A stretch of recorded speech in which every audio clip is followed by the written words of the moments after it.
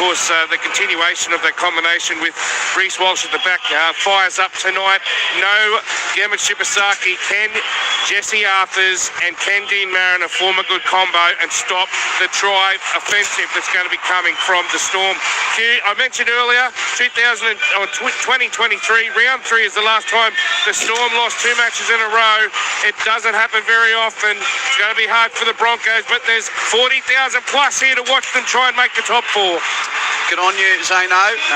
G'day to Grimesy on the texts. Have a great call. Brisbane by 12 tonight. Past Walsh, Walters and Staggs to have blinders. How good is rugby league? Thank you, Grimesy. Here's another one here from Joy, who says the Storm will beat Brisbane. The Broncos were lucky to win last week.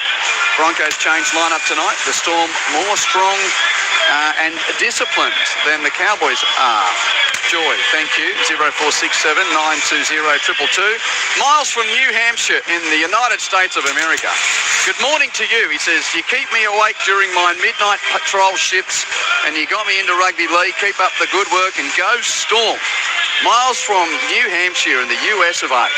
That Listen app, get it around the world to hear your sport, particularly this time of year with the footy finals. I want to go on limb. Yeah. Which limb's this one? You've been on a few over the years. Broncos going to win this game. What makes you think that? Forget about the statistical anomaly of winning 1 out of the last 18. I just think that the way that dominoes are going to fall, they can win this game. I just think that they can own the middle, and Hunt, Walters, and especially Walsh, are going to deliver a performance where we go, that's right, that preliminary final a couple of years ago. Qualifying final. Qualifying final. That things can happen. I just got a gut feeling. I'm going to go against you. Like, who do you trust? I mean, we've done enough of the Broncos. Do you trust them? Who turns up this week? Week in, week out. And Melbourne, you know, if there is any team in the competition that you forgive, isn't it Melbourne? 100%, and that's the reason I just think we're going to see something that's going to be breathtaking, and it's going to totally be distorting on common sense. The rugby league in 2025 doesn't have common sense. Correct. Does it? Tonight for Brisbane, it'll be Reece Walsh at fullback, Josiah Karapani and Jesse Arthurs on the wings, Katoni Staggs and Dean Mariner in the centres. Remembering, Gemat Shibasaki dropped for disciplinary reasons, so he's out of that back line. Billy Walters, who actually started his NRL career at the Storm, he plays at 5'8" with Ben Hunt at half-back. Corey Jensen and Payne Haas the prop forwards. Corey Pakes is the hooker. Brendan Piakura and Jordan Ricky are the second rowers. Pat Carrigan is standing in as captain with the absent Adam Reynolds. He's the lock forward. And the bench is another former Stormer in Tyson Smoothie, Kobe Hetherington, Ben Talty and Jaden Hunt. For Melbourne, who have got 5 changes from the team that lost to the Roosters last week. Ryan Pappenhausen at fullback. Will Warbrick and Xavier Coates on the wing. Get into the bomb shelters. They'll be bombing those wings like you wouldn't believe tonight with Warbrick and Coates trying to own the skies. The Broncos bound Grant Anderson is in the centres with Nick Meaney. Cam Munster is the 5'8". Jerome Hughes at halfback. Back from a shoulder injury. Hasn't played since he hurt that shoulder, round 21 against the Roosters. What a key he is for the Storm. The front row, Tui Kamakamitha comes on to start with Josh King. Bronson Garlick wears the 9 with Harry Grant serving the second week of his suspension. Tavalo Lasati and Eliesa Katoa in the second row. Trent Liero the lock forward. And the bench for the Storm is Tyron Wishart, Alec McDonald, Nelson Asifa Solomona and Joe Chan. Here comes Melbourne, and it's predominantly white away strip with the purple trim. A team which has won 17 of its last 18 starts against Brisbane. Most recently, it was 4 weeks ago in Melbourne. 22-2 was the scoreline there. But when the Bronx last beat them, it was a high-pressure game in this house. That was the qualifying final of 2023 when Brisbane was en route to playing Penrith in the grand final. If I said to you right now, who's got the better middles in tonight's team, who is it? I think Brisbane has got the better middles. And when we say when you win Main Street, what happens? Well, I know what you're trying to do here. When you win Main Street, you win big games. It's an interesting scenario. But that being said, this is a Melbourne team that's worked its way around that. When they play the top 8, They've played the top 8 teams, or other teams in the 8, 10 times this year. Melbourne's won 7 of 10, and the Bronx are 5 and 5. I love the fact that, you know, we're coming at this from different angles. So I'm trying to play pragmatic.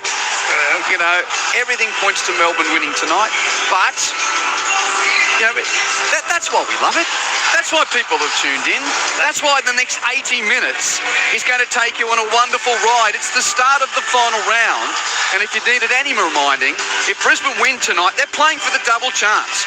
They win tonight, they're locked into the top 4. They'll go to Canberra week 1 of the finals. Storm are finishing second no matter what, and we can't wait to see how it plays out. Reece Walsh is ready to kick off. The Storm will have first possession. Melbourne running to the Caxton Street end in this first half. Referee Grant Atkins sets round 27 underway. Munster catches the kickoff, and Kamikamitha takes the first carry. He's taken just short of the 20, 10 in from touch on the western side on what is a gorgeous Thursday night for football. Lasati next carry runs one man infield just beyond the 20-metre line when taken down by 3 Broncos defenders. Garlick's in there at dummy half. Gives it to Liero, who runs the middle third. Stop 30 metres from his own line, centre of the park. Gets to his feet to play the ball. Garlick gives it to his right for Katoa. And Eli Katoa with a one-out run. Gets to the red stripe of the 40. Still inside Storm territory. First set of the opening half. Pappenhausen has a little go. One man to the right. Gets to halfway. That's 5 of the opening set. Now Jerome Hughes on return with a kick downfield at the end of the set. From halfway he boots it high and deep. Walsh catches 5 from his own line. Defensive left corner. And the Broncos fullback smashed by the tackle of Liero. Put on his back. 15 in from touch on the left and 15 from the goal line he's defending. Broncos first possession now as Walters feeds infield to the run of Karapani. Can't get to the 20 before being stopped by a tackling trio led by King. Now Arthur's with the ball down the middle third. Stop midway goal line and halfway. Played the ball there to Pakes. Given on to Mariner. In the centres tonight, Dean Mariner, where he played his first 3 games of the season. Tackled 15 from halfway. Here's the first run of halves for the night. Big Payne down the middle third. Gets Brisbane to within a couple of metres of halfway. 1 play left in the opening set for Brisbane. Ben Hunt kicks downfield. High to the defensive left corner. Caught comfortably by ex-Broncos Xavier Coates, who hits the defence just short of the 20. 2 sets, 2 ticks. We're settling in here on Thursday night footy, no score early on. Welcome to September finals football a week early, Q. This is high quality, both sides carbon copy of each other. Go down the middle, kick, and then wait for an error. Warbrick's got the football now. This talented former Olympic Rugby Sevens medalist plays the ball on the 30 for the Storm. Now Josh King rolls down the middle third, and he's going to be put down 11 metres inside Brisbane territory, but there was a leg pull there in the tackle. Takes some halves with a 2 in the tackle. Grant Atkins blows the penalty, and the Storm will get the first free trip to the attacking end. That's all it takes. Those little 1%ers, Zano, over time, that's where the Storm are better than anybody in the last 2.5 decades. They take these little 1% chances and just grind you into the dust. And you'd mentioned that the... I want a kick. Yeah. I want a kick. Jerome Hughes already with a couple of good kicks, but they did well, Broncos, with the previous set of 6. They've actually managed to make 50 metres and have an attacking kick from inside the Storm half, but they're going to have to defend now. So set starts on the 30. Mini carries up to the 20, and now second play down the middle third. Kamikamitha is only 18 metres out. And by the way, on that replay, it was Jordan Ricky who was the third man in the leg grab, gave away the penalty. Pappenhausen receives on the left edge. Runs into the defence of the aforementioned Ricky, who makes the tackle in company with Ben Hunt. Storm are 8 metres out. Blindside left, Garlick gives it on to Anderson. Can't get through the defence. There were 3 and 4 Broncos defenders there to put him down. With the tackle led by Walsh and also Staggs. Garlick looks right and open field. Passes there to Pappenhausen. Gives it to Munster in midfield. To the right now, King short ball. Liero drops it. Liero drops it under the pressure of the Billy Walters tackle. Mistake from the Storm. And they haven't been able to pull the trigger on their first trip to the attacking end. No score through 4 minutes. When you look at these 2 sides, 2025 performance, Q, they're virtually identical in attack. Storm second best, Brisbane third best. It's the defence that's slightly different. The Storm concede 18 points, Brisbane 21. That's the area that Brisbane need to lift tonight, and they did a good defensive effort then, they've got to be on with their D to hold the Storm out. Ball played a dozen from the Caxton Street end that the Broncos are defending. One play to the right, and Staggs has tackled 15 from that northern end. Could not be better conditions for football. As Zane was saying, the pitch is in the best condition we've seen all year. As Harpers is pushed back by a three-man tackle. He's rocked back onto the 20. Plays the ball there to Pakes. Given to Ricky, who's met by King. Offside. Josh King. Penalty Brisbane. So now it's the Broncos' chance to get the picky back to the attacking end. And referee Grant Atkins just taking control of things early on. I'll be on those little loose areas. Don't leg pull late in the tackle. Make sure you stay on side. One penalty each, and now the Broncos go to the attacking end. Great point you make, Hugh, about the referee stamping his authority. That was minuscule offside. I know offside, but they would normally they would slip through and not be worried about. You can just see the Storm's line speeders. Where Bellamy did plenty of work this week after that 40 points conceded in the second half last week. 2 footies on the field, so just a momentary halt. First play got to the 40 on the attack after the kick found halfway. Second play of the penalty, and Haas has the ball for Brisbane. He's tackled 38 metres from the Storm line, held down by Munster. Wavy fisty Kingpin. 6 more. Walsh passes to the left. Gives it on to Mariner stepping infield, and Mariner's driven into the deck by the tackle of Garlick and Katoa. Broncos 20 in from the left and 20 metres out, and another hold down. 6 more again for Brisbane as Jensen rolls forward. Tackled only 10 metres out, slightly left-hand side. First real attacking chance in the game, and it's Brisbane's. Carrigan to the right, gives it to Hump. Dummies infield, passes to Arthurs. He's got 3 defenders around him. Good first contact from Coates.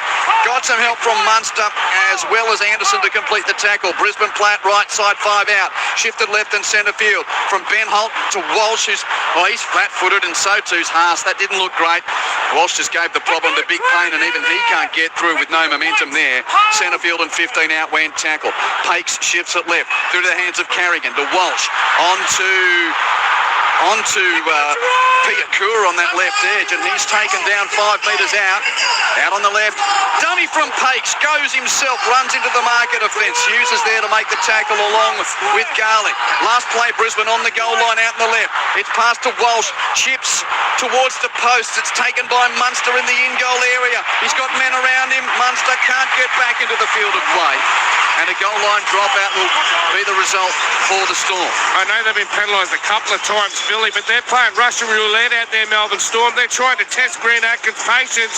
There's a number of 6 again there, and particularly Eliesa Katoa. He refused to get off the man, and he was almost testing Atkins' patience, but I think they're going to keep trying to do it to slow the Bronx down. They're looking good, the Broncos, in their first 5 or 6 minutes of this game. You're right, the Storm have to slow them down. Pappenhausen, perfect, 11 metres on the fly, but Anderson knocks it on. He had first play in the air, Grant Anderson, taken by the Broncos, and Arthurs has jumped on. So we'll go to the bin in the next 5 minutes, they keep that up. There was another hold down and another ping there. So Carrigan now at the restart of the set, he straightens up. Tackled only 8 metres out. No score early on at Lang Park. Pakes to the left for Ben Hunt. Piakura on the inside line receives but can't get through. And now the ref finds a penalty for a high tackle. Well, how many 6 agains are you going to give, Billy? Hold on, let's hear who this is. Yeah, they're going to say something here. They've had enough already. I'm wondering who's on report. Or are they going to put anyone on report? Munster comes over. We've got a very short period of time now to talk to them, to clean up down here, because we're not going much longer down here with ruck infringements. They're under siege, the Storm. The pace the Broncos playing at, the width and just the shape they're doing, Q, it is really making the Storm under siege. They're having to cheat to slow it down, basically. I don't think Katoa's on report. He was the guy, wasn't he? Yeah, he was. Yeah. But not on report. I just think that, as Zano said, Anderson's basically had enough. We've heard it there. It's because the Broncos have come to play the speed and especially the shape that they're playing with is causing the Storm some problems on the edge. And the Broncos are going for 2 points here. It's very kickable for Reece Walsh. Only about 10 metres to the left of the uprights. Walsh, while deputising with the kicking duties for Adam Reynolds, has had a very good year in that regard. He's kicked 21 goals from 27 attempts. He was the full-time kicker at the Warriors before he made his move back to Brisbane. So it's a role that he is very familiar with. Question without notice, what's a record Thursday night crowd? Well, I don't know. It's pretty full. But we've got a pretty good attendance here. High in the stands, north and south at the ends. You know it's a big house when they're up the top decks there. Yeah. So, after an interesting week, Reece Walsh trying to open the scores on this Thursday night. Slightly left of the uprights. Approaches, and with his left boot, he's flushed it for the first 2 points of the night. Got to get him out early. Yeah, Broncos 2, Storm 0. He didn't go to water there, Zeno, did he? No, he drained that one. He's very happy. But there you go. 2-0 up. I think they probably should have kept pressing on because I think the Storm were under siege. But they've got themselves in front and they've just got to try and hold on for the rest of the night and put a few points on. I would have kept the pressure on. I think the Storm are ready to crack. Meanwhile, in the AFL qualifying final at the Adelaide Oval, winner gets a week off, loser gets a second chance. Crows 2-1-13, leading the Magpies 2 straight 12, halfway through that first term. Call available on the ABC Listen app. Brian Pappenhausen is going to restart play for Melbourne. The kick, it flirts with the eastern touchline, but it's caught by Walters a couple of metres in, 5 in the field of play, gives the ball to Carrigan to take into the defence, and Carrigan tackles short of the 20. Plays the ball there to Walters, given on to Piakura, just beyond the 20 on a one-man run infield, 23 metres out as he gets to his foot, 20 metres in from the touchline out on the left, plays the ball, a couple of hands infield to Haas. And the crowd like the fact he's hard to put down. Eventually Liero and Munster stop him just beyond the 30. Played on to Pakes, given to Walsh. Walsh down the middle third, taken 8 metres inside his own territory. Dummy half pace, off right shoulder to Carrigan, men in motion. Ben Hunt giving to Staggs and he's nailed on a brilliant defensive read from Xavier Coates. Staggs bounces up, plays it. End of the set, on halfway. Hunt with a high kick downfield. Pappenhausen catches. A couple of metres from the western touchline. And there was a high tackle in that. Penalty goes to Melbourne. Staggs is still winded, Hugh. Absolutely copybook tackle. Xavier Coates did not miss him. Right in the rib stomach area. He felt it. That was a Medicare pass there from Benny Hunt. Tony Staggs looked up and said, thanks so much for that one, Benny, because he was sweating on it. Look, he ducked there too, Ryan Pappenhausen. No need for a report or anything, but a bit unlucky there for Jesse Arthurs with the high tackle. 11 minutes into the game. Brisbane 2 lead Melbourne 0. Quentin Hull, Billy Moore and Zane Bojack with you for Thursday night footy on ABC Sport. Lasati with a carry just beyond the 30. He's been pretty impressive this year. Adevalo Lasati, now King to the 40. Play 3 given to Munster trying to dance his way through. Still inside his own half, doesn't create much. He stands in the tackle of Pakes and plays the football now. King to the right through the hands of Hughes to Pappenhausen over halfway. Passes to Warbrick's wing. He has to come infield and straighten. Got through Mariner, couldn't get through Walters, but a good run from Warbrick. The Storm 30 out, back to left of centre field. Hughes gives it on to Kamikamitha. 2E straightens it up. He's 20 out centre park when stopped. Last play Melbourne to the left. It ends up with Munster who chips in behind the line. Looking for Coates who got tackled without the ball by Staggs, and that is a penalty every day of the week. It was caught by Arthurs, but Staggs literally grabbed flying man Xavier on the wing, didn't give him a chance to take off, and you can't do that. On report here, maybe? No? I don't think it would be. You can see, though, you touched on pre-game, the aerial threat of Coates and Warbrick is probably of the highest order in the game. It's such a strike weapon for Melbourne, and Brisbane will have to try and combat that. That's not the way to do it. There's other ways they're going to have to do it, but they know they're going to land the pressure in the air at the back end of each tackle count. Well, they're down 2-0, but they're taking the tap and taking the set on attack. Centering run from Josh King. He's tackled only 13 out in centre field. Garlick distributes left now from dummy half. Hughes decides to run, and he gets taken down. Eventually, Walsh there and Carrigan make the tackle near the post. Only 6 metres out. Garlick puts Melbourne to the right through the hands. King to Pappenhausen to the edge for Katoa. Got tackled, got an offload to Warbrick. Warbrick takes them on near the corner post, and he's pushed over the whitewash. Oh, great D in the end. Warbrick backed himself in. He's such a big, strong man. The sevens player from New Zealand, and he nearly overpowered the left edge defence of the Broncos, but they put him in a touch queue. Took a couple to get across. Billy Walters was there among them to make the tackle. So 7 tackles set, 20-metre restart for the Broncos, and very quickly play 2 taken there by Stags to within 15 of halfway. So this game, as expected, going at a pretty frenetic pace. Melbourne leading with the early penalty goal. Brisbane, should I say, leading with the early penalty goal, 2-0. Karapani's got it for the Bronx. A couple of metres inside his own half. Plays the football here to Pakes, who distributes right and centre field for Carrigan. Just charges down the middle third. Brought down by Kamikamitha and others. Carrigan plays it 45 from Melbourne's line. Now Haas, the second man of that 1-2 punch. He draws tacklers, offloads on the 42nd face here. Ben Hunt decides to kick in behind the line. It's a grubber which is fielded comfortably by Pappenhausen, 10 from his own line. Oh, Ben Hunt then follows up, makes a tackle. Pappenhausen loses the ball out the back. Jumped on by Ricky. Ricky's tackled. That was a mare from Pappy. And now the Broncos on the attack, 10 metres out. Benham at a dummy half. Gets tackled by Garlick and wrestled. 6 to go. Wavy fisty. Oh, the Storm are treading a very fine line here. Referee Atkins lets them play for now. To the left, Carrigan pops it up to the straightening run of Jensen. And Jensen's caught only 5 metres out. Underneath the post. Plays the ball there to Pake. Sweeps it left. Walsh short ball to Haas. Tries to run through Hughes. He does, and then pops a pass, which Walsh knocks on. He was in, Walsh. Reece Walsh was there and has knocked the ball on. Okay, coming into tackle 3, Bucky, but a no try.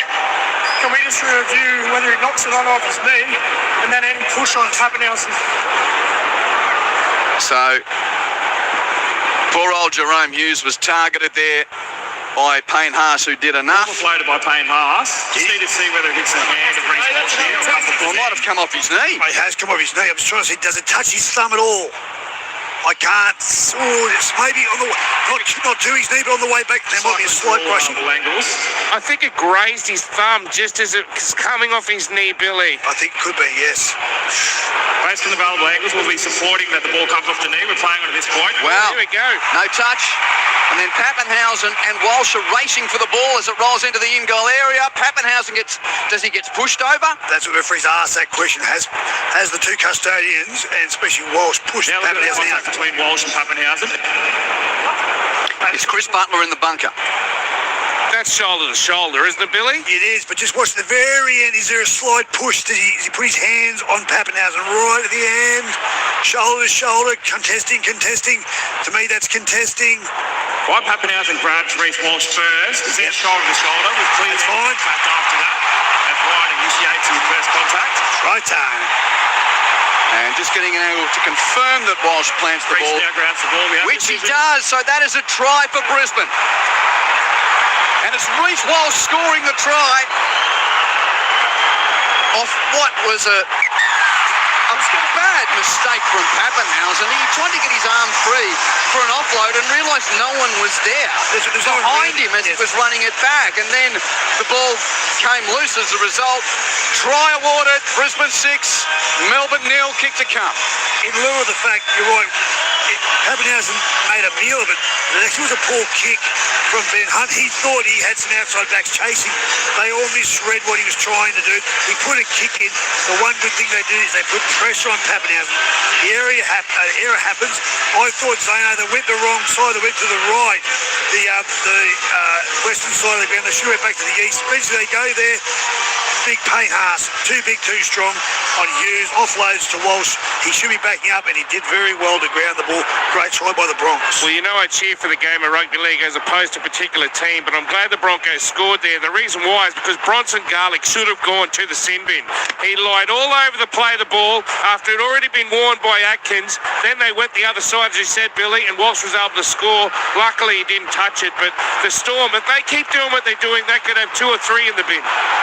12 in from touch on the left, 23 metres out for Walsh's conversion attempt of his own try. He's missed it near side. No goal, it's waved away. Score remains Broncos 6, Storm 0. Thursday night footy on ABC Sport from the Cauldron. Qualifying final in the AFL from Adelaide. The Magpies 2-3-15 lead the Crows 2-1-13. High quality game, high tempos. What do you expect? Ball in play for a large portion of the match. Fatigue is just starting to come in, but it's the quality play. Catching guys lazy in defence is where you'll start to hurt them. The Broncos, their shape, you've heard me say that already, the shape tonight has been really, really good, and it has put some pressure on the edge defence of the Storm. Pappenhausen with the kickoff. Walters takes 5 in the field of play, given to Carrigan, who meets the defence led by King and Kamikamitha. And the Brisbane stand-in skipper tackled 30 from the Caxton, 13 metres from the Caxton Street end at that northern part of the park. Left edge, one out, Piakura can't get to the 20. Brendan Piakura played his 50th game last week, and the penalty goes to Brisbane for a hold down. Eli Katoa's the offender this time. In front of him. Carrigan's up there saying, hey, this has been going on a bit now. So we're 16 minutes in the queue, and there's been multiple sixes again, probably 4 or 5, a couple of penalties where the Storm have done that for no other reason than gamesmanship. They're trying to slow the Broncos down. Someone will go to bin before half-time if they keep it up. Yeah, the penalty count already in favour of the Broncos with 4-6 agains as well. I think it's 3-1 the penalties. So, but I mean, hard to count an argument or create an argument that they haven't all been justified. Broncos now up to halfway. Second play from the set off the penalty. First carry there from Mariner. Now one man infield goes Piakura. Plays it on halfway. Passes right. Walters dummies. Keeps it moving to the right through the hands. Ben Hunt on to Ricky. Jordan Ricky tackle. 15 in from the western side. 40 from Melbourne's line. 6-0 early onto the Bronx. Left and centre field given to Ben Hunt. At the line passes to Haas, who runs into the tackle of Katoa and Hughes. And Liero had to come in, help out. Haas plays it 28 out on the left. One man back to Main Street for Carrigan. Hughes crashed into his thighs to put him off the run. Carrigan tackled 20 metres out. Now Pakes to the blindside left. Walsh with the grubber in behind the line. Pappenhausen fields it. A metre in the field of play. He's immediately reeled in by the tackle of Walsh and Jensen. Storm will start this set 5 from their own line. Walsh ended up with the ball and good defensive by the Broncos. Huge push on. Oh, late offload. And Munster to get the ball away. Otherwise, Munster gets beyond the 10-metre line because for a moment it looked like they were going into the in-goal area, Billy. Yeah, great D by the Broncos. That's the area I said they've got to stiffen themselves tonight. That's the difference between them and the Storm in 2025, and they've certainly delivered tonight. So now Lasati, left edge, and 15 from halfway, 15 in from touch on the left when tackled as Garlick passes infield to Munster. Through the hands of Liero to Hughes, shift to the right edge. Anderson receives. He's got Mariner in his sights. Mariner makes the tackle in company with Walsh, but the Storm get up to halfway. Played to Warbrick, end of the set. That looked a little disorganised. He passes to Hughes under pressure, not as deep a kick as hope from Hughes. It's let bounce by Arthurs. He's tackled immediately, though, by the chase of Anderson, and the Broncos start this set 20 from their own line. 6-0 the score line to Brisbane. Stags one out of dummy half, gets to the 30. Now back to the middle third for a run from Jesse Arthurs. Arthurs no great gain. 18 inside his own half as he plays it to Pakes. One man to the left for Karapani. The winger with a run down the middle. He's 9 metres inside his own half when taken. 6-0 to the locals, who, if they win tonight, will finish in 4th position. Haas trying to step through tacklers. He stopped 45 metres out from the Storm line. Last play, says referee Atkins. Ben Hunt with the bomb, which will come down defensive left corner. No great pressure on Pappenhausen. Catches it comfortably, does the Storm fullback. 3 from his own line and takes the tackle. A dozen from the Milton Road end. Yeah, they just went to the grind set there. The Bronx didn't try and spread the ball too much. They're keeping the Storm honest around the centre of the ruck, making sure that they finally chink, they'll tear them apart. So good work there by the Broncos. Good kick chase. Penalty goes to Brisbane, against Brisbane. Yeah, hand on the ball. Just what they need to Storm here, Zano. Just to get them down the other end of the park. They'll be in the Broncos' end for the first time in probably 5 minutes. Just what they need. Yeah, Tui Kamikamitha's getting some treatment on what could either be an elbow or shoulder injury. I'm trying to work out what's wrong with him, but he's come off, and the doctor's definitely looking at him on the bench here.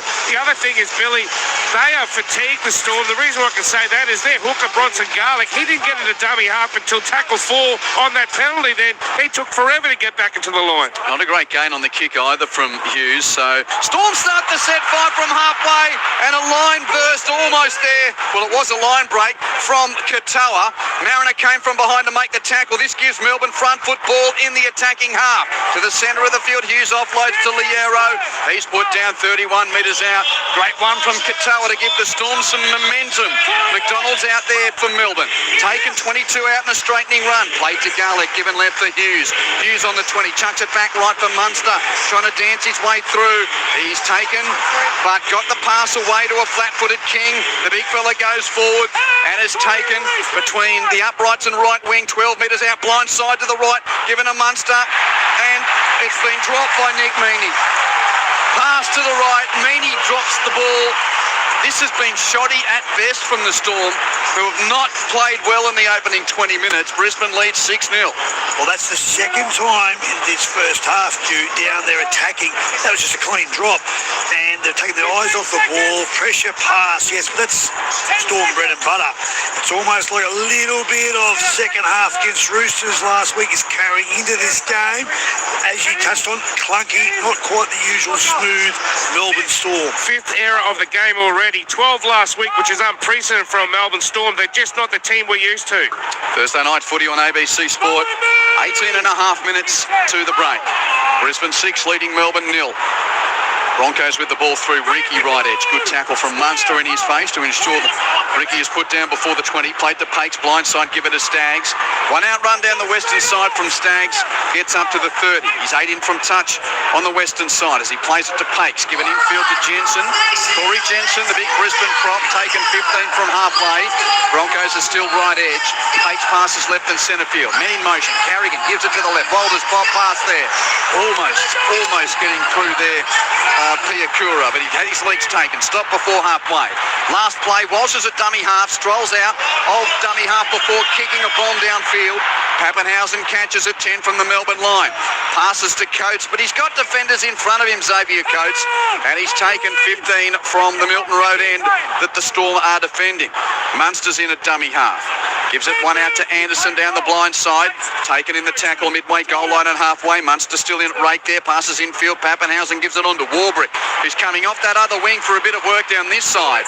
On the western side, he's tackled 15 from halfway. Plays the ball there to Anderson. Passes right and centre field for Munster. Gives it on to Pappenhausen. Accelerates through a hole. Then just tripped up for a moment. It allowed Walters to get him from behind. Pappenhausen plays it 41 metres out. Garlick at dummy half. Passes right for Munster. Gives it out to Meaney, who has to run laterally infield now, Nick Meaney, and he runs into the tackle of Carrigan. Last play for Melbourne, 30 from Brisbane's line. Munster's running at the line now, chips in behind it. He went down after he kicked it, or when he kicked it. What's the referee say? No, as called, after he kicked it.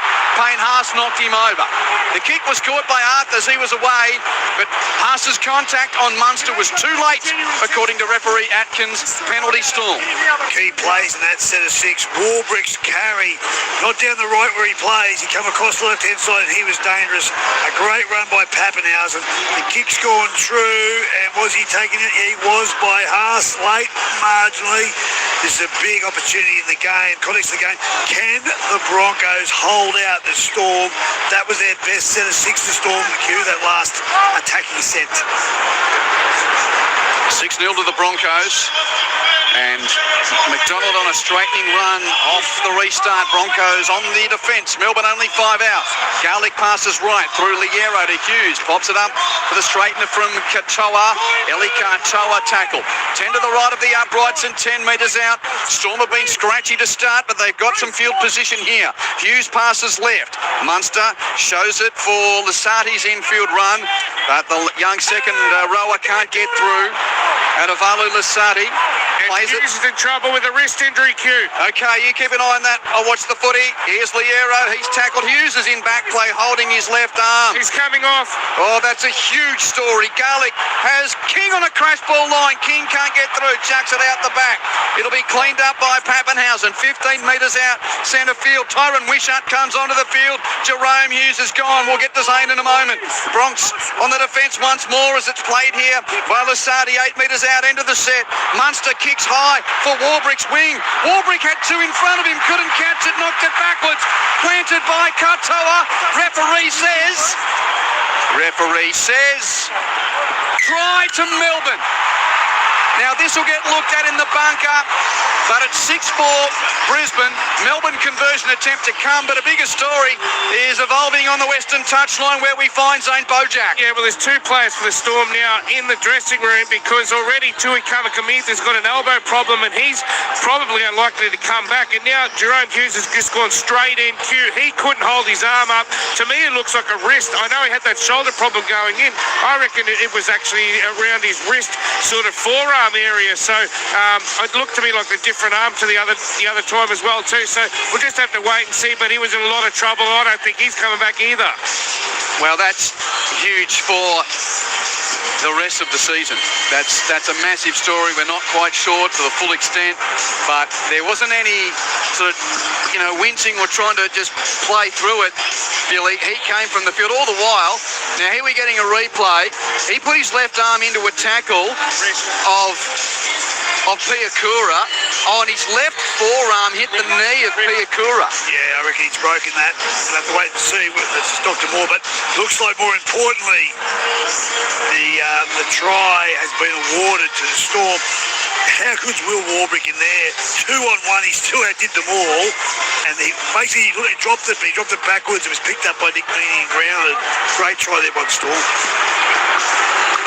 So Meany will try and convert from hard out on the eastern touchline. 23 metres out. Right foot kick from Nick Meany.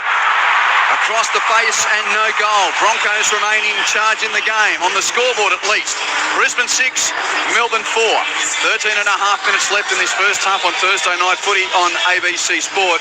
Meanwhile, in the AFL early second quarter, Collingwood 3-3-21 lead Adelaide 2-1-13. Qualifying final at the Adelaide Oval. So yes, back to Hughes. One thing there is they've been playing without Hughes the last couple of months anyway. So while it's a huge out, the dislocation inside the back line, they've been playing, and Wishart's one of the best utility players in the game. He'll fill that role. So it shouldn't be the make or break of the game. And it now gets them back down by 2 points to Storm, and they've lifted the last 5 minutes, Q. Well, I know you like a big call. Let's put the cart before the horse here. King goes one carry, Liero second carry to the 20. Can the Storm win the comp without Jerome Hughes? Yes. Okay. Right edge, Eli Katoa has a run. Up to the 30. 20 in from touch on the right as he plays the football. He's got Garlic underneath him. Garlic distributes left and centre field through the hands of Liero to Munster. Now Pappenhausen feeds it to the left edge for Anderson. Great tackle from behind. Classic style.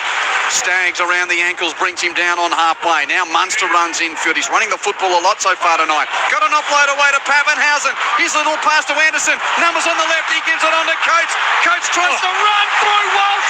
Walsh says no way. Nailed him. Put him over the touchline. You could say Dewey dumped him over the whitewash. That's one of the best tackles I've seen Reece Walsh make, and that's the area of his game I talked about. He needs to lift his defence. He has absolutely picked up Xavier Coates. Beautiful in the stomach, lifted and carried him over the touchline. Captain's challenge here. Melbourne are claiming there was an offload back there. They're claiming that it was played out and knocked on by Brisbane, and then we come down here. If it's 6 again, my advantage is gone anyway. Then what's the point? I don't know why. Are you allowed to go that far back? I didn't think you could. We said that he's already gone, so there's no point. What's the point? You can't. If they win, they still lose. I don't think you can challenge that, can you? It could be a touch there for sure. So it was in The Munster offload, trying to give it. Yeah, Just looking at the hand there. Carrigan. Oh, But he's already said the advantage is already done. I don't know why we're even allowed See to whether look Pat at hits this. the ball out. I suppose it's in the... Ball's gone, or whether he's still in possession. Because it's a lead into the most recent play is why we can have a look at it. But he clarified that the advantage is gone. So if they do win, they don't win. Yeah, so Carrigan gets a touch on it, and it goes into the hands of Ryan Pappenhausen, but they then play on. So Didn't the referee say that the advantage for him has Based on already the been Barclays Canberra extinguished? Eagles will be supporting the on-field decision. Melbourne will retain their challenge. Play the ball. What it does do, it gives everyone a breather. Play the ball. Yeah. Still got their challenge. So I suppose that Melbourne's challenge, they were right with what they challenged, but they still retain it because there was an advantage which went to Brisbane. So I guess they were hoping that there might have been a mistake or something else, so they might have got them the ball back. 12 minutes 15 seconds remaining in the first half. Brisbane 6, lead Melbourne 4. And outside of the game, big news that Jerome Hughes off with what looks like a pretty bad left arm injury. Mariners got the ball for Brisbane, taking a dozen inside his own half middle third. Plays the ball to Pace, given to Walsh. Well, Walsh has dropped the ball. I think there was a 2-on-1 strip there, but the referee says no, play on. Picked up by McDonald. Alec McDonald is tackled, and play will go on. Storm with the football, 45 metres out. Asifa Solomona's out there. He was flicked to the pine for Tui to start, but now Nick Big Nelson has a run, and 6 more for Melbourne as they're 35 metres out. To the left, Wishart gives it on to Munster. Feeds it to Lasati, and Lasati is going to be held up in a 3-man tackle.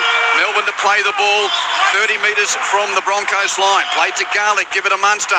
Bobbing around, he pops it up there for McDonald, who gets upended. Picked up and slammed on his back, and a strong tackle from Tulty, a man who knows the Melbourne system, Ben Tulty. Now a Bronco. Left edge road from King. 15 from the goal line when stopped. They go to the blind. Pappenhausen as a dart runs infield. Carrigan takes his leg. Ricky completes the tackle. Melbourne 5 out to the right. Munster chips in behind the line. It's in the air and knocked on by Katoa. Trying to catch that one. It's gone dead.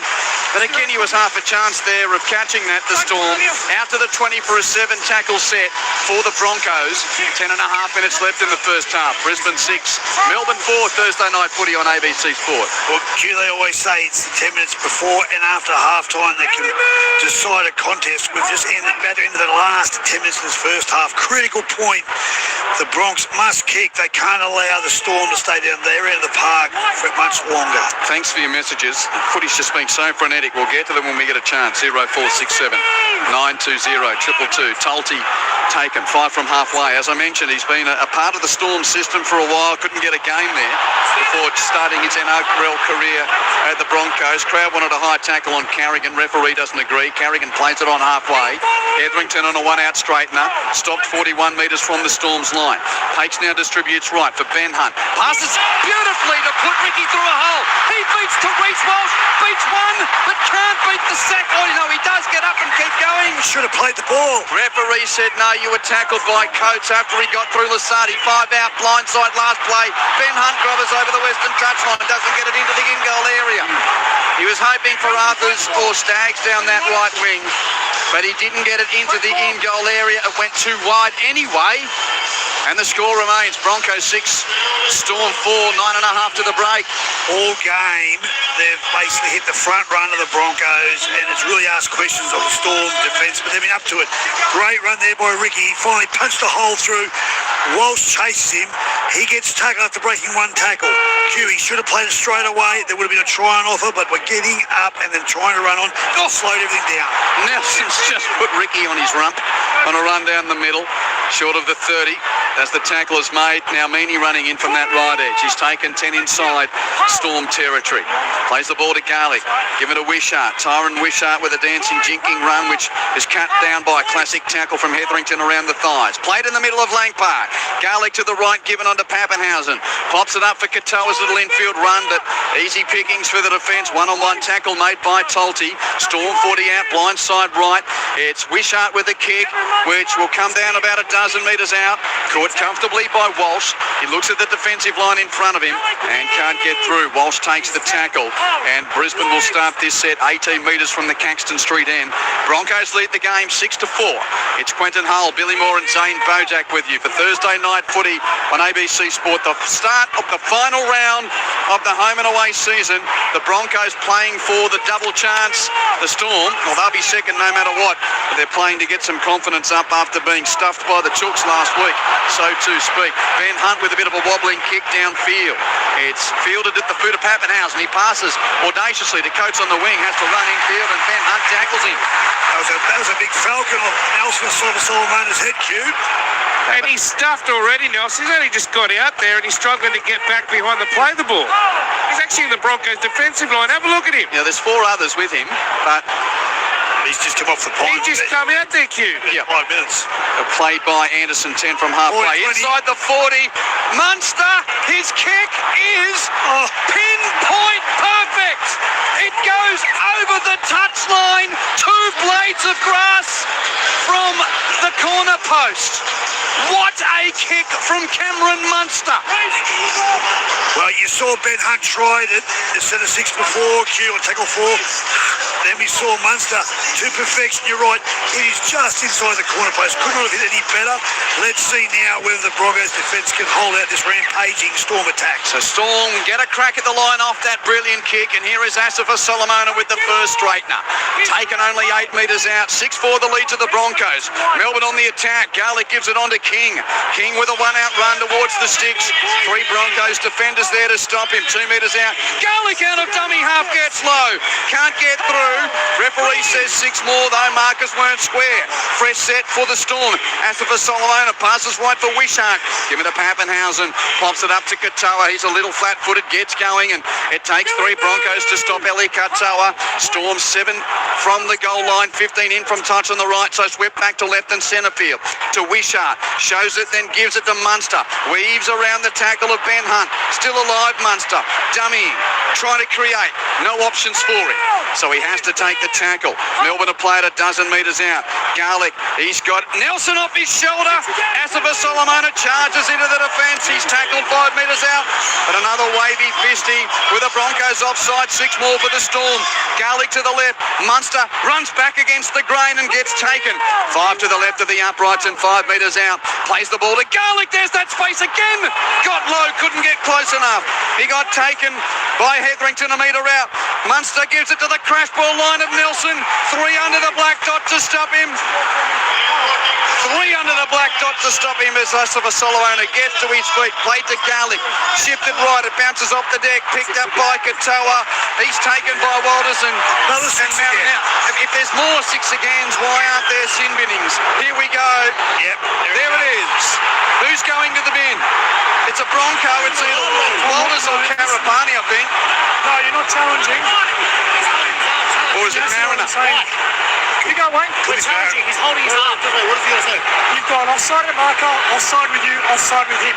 We have 3 in the same... They had 8 and you didn't send anyone to the bin. Are you listening to me? Go, I'm Wayne. listening. They had 8 and we said we didn't even get a warning. Carrigan's blowing up. The crowd's blowing up. He's making a fair point. 3 deliberate ones on the 10 here and the holding ball. Off you go. Now it's Dean Mariner going to the bin. He made a point about 8 infringements, and we saw that. There's 5, 6 against 3 penalties. So Carrigan's articulated a reasonable point. Obviously, now puts all players on notice. Well, you can go to the threshold, but you can't go beyond it. Yeah. And that's, I think, what referee Graham Atkins is trying to explain. 3 in the same set. Can they hold out? 5 minutes, 22 seconds to go in this first half, Q. So it's 13 on 12. Dean Mariner in the bin. There's 5 minutes and change left in the first half. Melbourne on the attack. Brisbane leads 6-4. And the Cauldron sears a bubbling on this Thursday night. Wishart on a straightening run. He's taken only 8 metres out for the purple. Now Asifa Solomona once again charging close. He's half a metre out near the padding when stopped. Plays the ball to Garlick. Men lying around the ruck. mark. Ref says play on. Garlick gives it on to Wishart, who's monstered by Haas. Ran out of the line and wraps up Tyron Wishart. And the Storm have lost a bit of ground on that play. Wishart plays it 15 metres out in centre field. Garlick passes to King, who needs to take a settling head up and does. That's 5. Last play Melbourne. 8 from the Broncos line. To the left it's Munster. A chip for flying Coates. Catches, caught and tackled. Short of the line. And don't the Broncos fans love that? He flew, he caught it, but Xavier Coates had 3 defenders around him and could not ground the football. The Broncos survive, and once again, the crowd right on its feet here. What an atmosphere on this Thursday night, Billy Moore. 6-4 to the locals. A massive crowd in the house. It's got to be well over 40,000.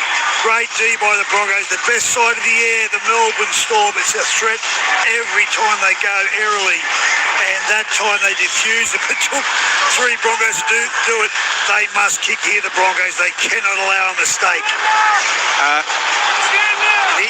We are a week from the finals. This is entree kind of stuff. Oh, this is fantastic football. Both sides asking plenty of questions. Penalty goes to Brisbane. High tackle. Melbourne play 2. Do you reckon, Zane, do you reckon the crowd's going to have some influence in the next 20-odd minutes? Well, I know one thing, the sin bins brought them into the game. I think they're just enjoying the contest because it has been end-to-end, and these two sides have put on a pretty good contest here, but they are right behind their side right now, and the Storm didn't come up with the points against 12 men, and you just wonder whether or not the Broncos might be able to ride this momentum, particularly with 3.5 minutes to go. It's all about error rate for me. The Broncos, if they can play error-free, they need to complete it around about the high 80%, and they'll give themselves a chance to win this clash. Otherwise, Melbourne are just too consistent. Gentlemen, isn't this a special place? What a special place this is. It's like a Coliseum, kid. 3 minutes to the break, and it's heaving at the moment on this Thursday night where the Broncos are trying to play for a top score spot. Tulty's hit on a tackle, and the referee's found another penalty. Asifa Solomona and Wishart were in that tackle. Pulling someone out here. Oh, I hope it's not Nelson. He's got so much loading and grading. In fact, it's not. It is Nelson. Left shoulder into the jaw of Tulty. Here's a September sit-downer. He just can't get himself on the field at this time of year. You just can't select him. He's such a risk. He cost them 2 tries last week, Billy. Yeah, well, let's see what the referee's doing. It's coming through from the video referee. Does he get called out? If he does, well, earlier in the season, this is definitely in the bin. But I think it's that kind of tackle where the arms aren't wrapped. Yep, he's gone in the bin. And he might not be playing next week either. He's loading. He got charged this week for the fine. I think he's on his last legs. I think he's going to get at least 3 weeks after that. Righto, so we're now 12 on 12. There's 7 minutes, 40 seconds for the Broncos to get their player back. June, there's 3 minutes to go. They've got a full set of 6, 12 on 12. So they reach the magic. Ben Tulty is okay. Nelson's image is on the big screen, and he gets the boos, but to try and give you the word pictures, it was just technically a horrible tackle with his arm by his side, leading with the left shoulder into the chin of the ball carrier. It's just technically wrong on all accounts. He was just 6 inches too high in his strike. Yep. He has to bend his back. So it's 12 on 12. 2 players in the bin, Brisbane on the attack, and to add to the drama, Jerome Hughes is off with what we think's a broken arm as well. Brisbane leads 6-4. Hetherington with the football for the Broncos.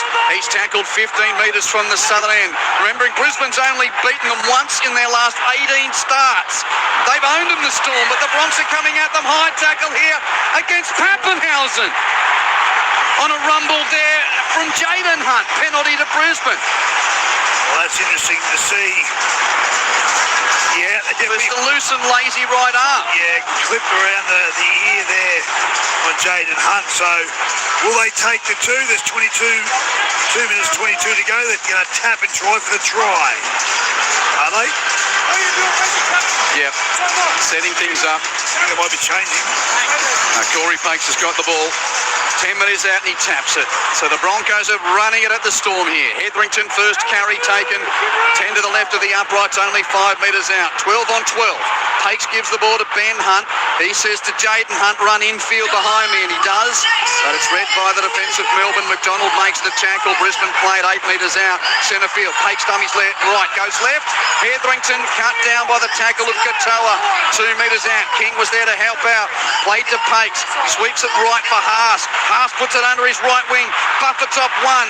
He's taken by the tackle of Anderson, but gets an offload away to Ricky. Second phase for Ricky, who was on his back foot anyway, and gets taken 10 from the goal line. To his feet. Plays the ball to Pakes. Passes left. Ben Hunt back infield to Haas, who's got 3 around him. Offload though from Haas to Walsh. Walsh dancing across the 10. Floats a pass to the left edge. Tapped on by Piakura to Karapani's wing. Has to stop and pick it up off the half volley. Runs infield and gets tackled 5 out. Blindside Walsh. Brilliant pass to Piakura. There's a diamond. There's a Broncos try. Brendan Piakura scores in the left corner. That was a horrible set of 6 by the Broncos, Zeno. Totally out of control. They mucked up 2 or 3 plays, and it came down to individual brilliance. Payne Haas twice, 2 carries, 2 offloads, because no one else had run the ball. And then Walsh, who tried to dominate during the set of 6, got caught out. Eventually, last tackle, does what he does best. Plays with speed and aggression at the line. Great passing game. Puts Piakura through a hole out on the eastern side to score a try. Great way to finish the first half by the Broncos. You know, the start of the game when you said, I think the Broncos are going to win tonight, they're just going to dominate Melbourne in the middle. I thought a bit like, we've had the problems with Kevin Shibasaki this week. I was like, go home, Billy, you're drunk. But you know what? You were spot on. They just continue to drive through the middle. And one of the reasons why they got a little bit clunky there was they kept turning it inside, just completely fatiguing the middles. And then when they found the space on the outside, they were able to put Piakura in, despite the fact they don't have Mariner down that edge. So I don't know whether you've been talking to Frank Panisi or to Craig Bellamy, but your tactics are spot on, Billy. They are trying to win down Main Street. And the halftime hooter is sounded in the background. Reece Walsh will have the conversion attempt from hard on the eastern touchline and 25 metres out. What a dramatic opening 40 minutes. Melbourne off the back of a humbling second half at home. Jerome Hughes recalled after spending a month or so on the sidelines with a shoulder injury, off with what looks like a broken left arm. Trying to make a tackle on the try scorer, Piakura, not in that play, but earlier in the half, his arm hit the knee. And then Asifa Solomona in the bin, Mariner in the bin, Walsh from out on the left touchline. Sends them into raptures on half-time with a sideline conversion. Let's take a breather on that. 40 minutes done, 40 to come. And at half-time, Brisbane 12, lead Melbourne 4. Walsh and Piakura, the try scorers for Brisbane. Walsh has kicked 2 goals from 3 attempts. He missed his earlier conversion, but kicked a penalty goal to open the scoring. So 2 from 3 with the boot for Walsh. 2 tries to 1. The Storm's try scored by Eli Katoa. Nick Meaney unable to convert from out on the right touch line. Billy Moore, where do you want to start after that 40? Wow, what a great 40, full of theatre from the get-go, the big crowd in the house, and the Broncos and the Storm, 2 heavyweights going at it. Way unfolded, 2 boys in the bin. We've got potentially, we think, a broken arm to the great Jerome Hughes. But what you've also got, you've got a Broncos side that's turned up and defending, probably some of the best they've defended all year. And that, to me, has underpinned their performance. The Storm a clunky first 20. They then had a good 15 minutes, and Jerome Hughes, while the field, wasn't missed because all of a sudden Munster took control and was leading the round. Great kicking game. Early asking plenty of questions of the Broncos. But they surged at the back end of that half, the Broncos, and that's what I'm liking about this performance tonight. Because the defence is in place. They're getting on the front foot quite quickly off the back of defence, and they're asking questions of the Storm. They're hitting the front runners, asking questions of the edge back rowers. Reece Walsh is everywhere. There's rocks and diamonds again. That last play was a great pass off a horrible set of 6. If you actually watch the set of 6 again, the first 4 plays did not do what they were supposed to do, but they made them work because Payne Haas's brilliance and size, and then Walsh, just simple speed. So, going to be a great second half. good luck if you're in the changes of the storm. Zano will find out how much paint gets peeled off the walls, because Bellamy can smell. I reckon he can smell, hey, we're not ready for September here. There's alarm bells coming out of the storm headquarters right now for me. And that's what I thought pre-game. For the Broncos, it's all about them. It's about their D. If they turn up with their D, if Walsh turns up with his D, the rest will unfold. Billy Moore with you on halftime on this cracking Thursday night at the Cauldron on ABC Sport. 12-4 the scoreline in favour of the Broncos. Plenty of texts coming through. Thank you. I'll just give a couple. Lockie's in Oslo in Norway. G'day, Lockie. Hope you're well. I don't understand why Bellamy has fielded an almost full-strength team in a game that means nothing. Momentum can be used as a reason, but they field a second-string team and lose. It's hardly affecting the first team. And they also have a second chance in the finals. Thank you for Lockie. 0467 920 222. We're getting more jokes around Reece Walsh as well. We're not going to go to the toilet humour now. We did a bit of that before the game, but thank you. There's some very smart texts coming in. Again, thoughts about the sin binning from Mariner. An unnamed text here. Q, that was absolute rubbish. Melbourne had how many infringements? Absolute jokes. That's why people say the refs determine who wins. I mean, Grant Atkins, the Storm was smart enough to offend the right amount of times. Brisbane just went over the threshold. That's a really good point you made. The Broncos' errors were so in your face, probably had no choice. There was more done by the Storm, but a bit surreptitiously, a little bit underhanded. They just tried to get away with it, a little bit clever. Yeah, and again, Nelson Asafa Solomona, trying to remember, was it week one of the finals last year or the last round of regular season where he got suspended? I think it was week one of the finals. Yeah, he was. And then missed the rest of the final series. And I thought that was catastrophic for them in owning the middle in the bigger games. So there's obviously... He's in strife again here tonight. Zano reckons he's no chance because, as you touched on, he's got horrible loading. He's got more loading than interest rates of the 1980s. Put it that way. 0467 920 222. Brisbane 12, Melbourne 4, just before the news, getting close to half-time in the AFL qualifying final at the Adelaide Oval. The Crows 5-1-31 lead the Magpies 4-5-29. Hope you're enjoying Thursday night footy on ABC Sport. We'll be back after a trip to the newsroom.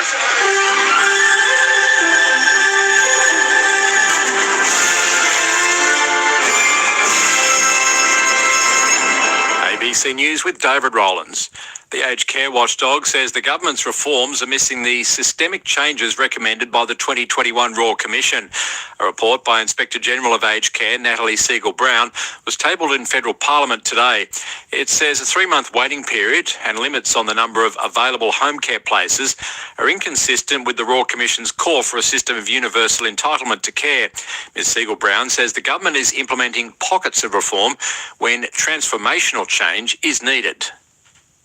In the main, it's been changes to the existing system, when in fact what the Royal Commission was calling for was transformational change. A lot of that would require a complete paradigm shift in our aged care system. Police have charged another 3 people following an alleged attack at a First Nations protest camp in Melbourne on Sunday. Police allege several people were injured when a group of about 30 men stormed Camp Sovereignty, with victims kicked, punched and attacked with a pole. A prominent neo-Nazi leader and 2 other men were arrested on Tuesday, and a 29-year-old man was arrested yesterday. Police say 3 other men in their late 20s and early 30s were charged today, facing offences including violent disorder and unlawful assault. Former Victorian Premier Daniel Andrews has defended his decision to attend a Chinese military parade in Beijing. Joshua Allen has more. Mr Andrews has come under widespread criticism for his attendance at the parade commemorating the 80th anniversary of China's victory over Japan in World War II. He was filmed shaking hands with Chinese leader Xi Jinping and posed for a photo with leaders including Russia's Vladimir Putin and North Korea's Kim Jong-un. In a statement, Mr Andrews says he was invited to attend the event and has said for years that a constructive relationship with China is in Australia's national interest. Mr Andrews says he has condemned Putin and his illegal war in Ukraine from day one and was banned from Russia as a result. 9 newspapers have welcomed the High Court decision not to hear an appeal by war veteran Ben Smith in his long-running defamation case with the group. Mr Robert Smith lost the case when the federal court found that allegations he was responsible for or complicit in the deaths of 4 detainees in Afghanistan were substantially true. Nine's Tory Maguire says the High Court decision has vindicated the brave soldiers of Australia's SAS regiment who spoke the truth in telling their stories at great personal risk. She noted the challenge the court action had posed for journalists Nick McKenzie and Chris Masters.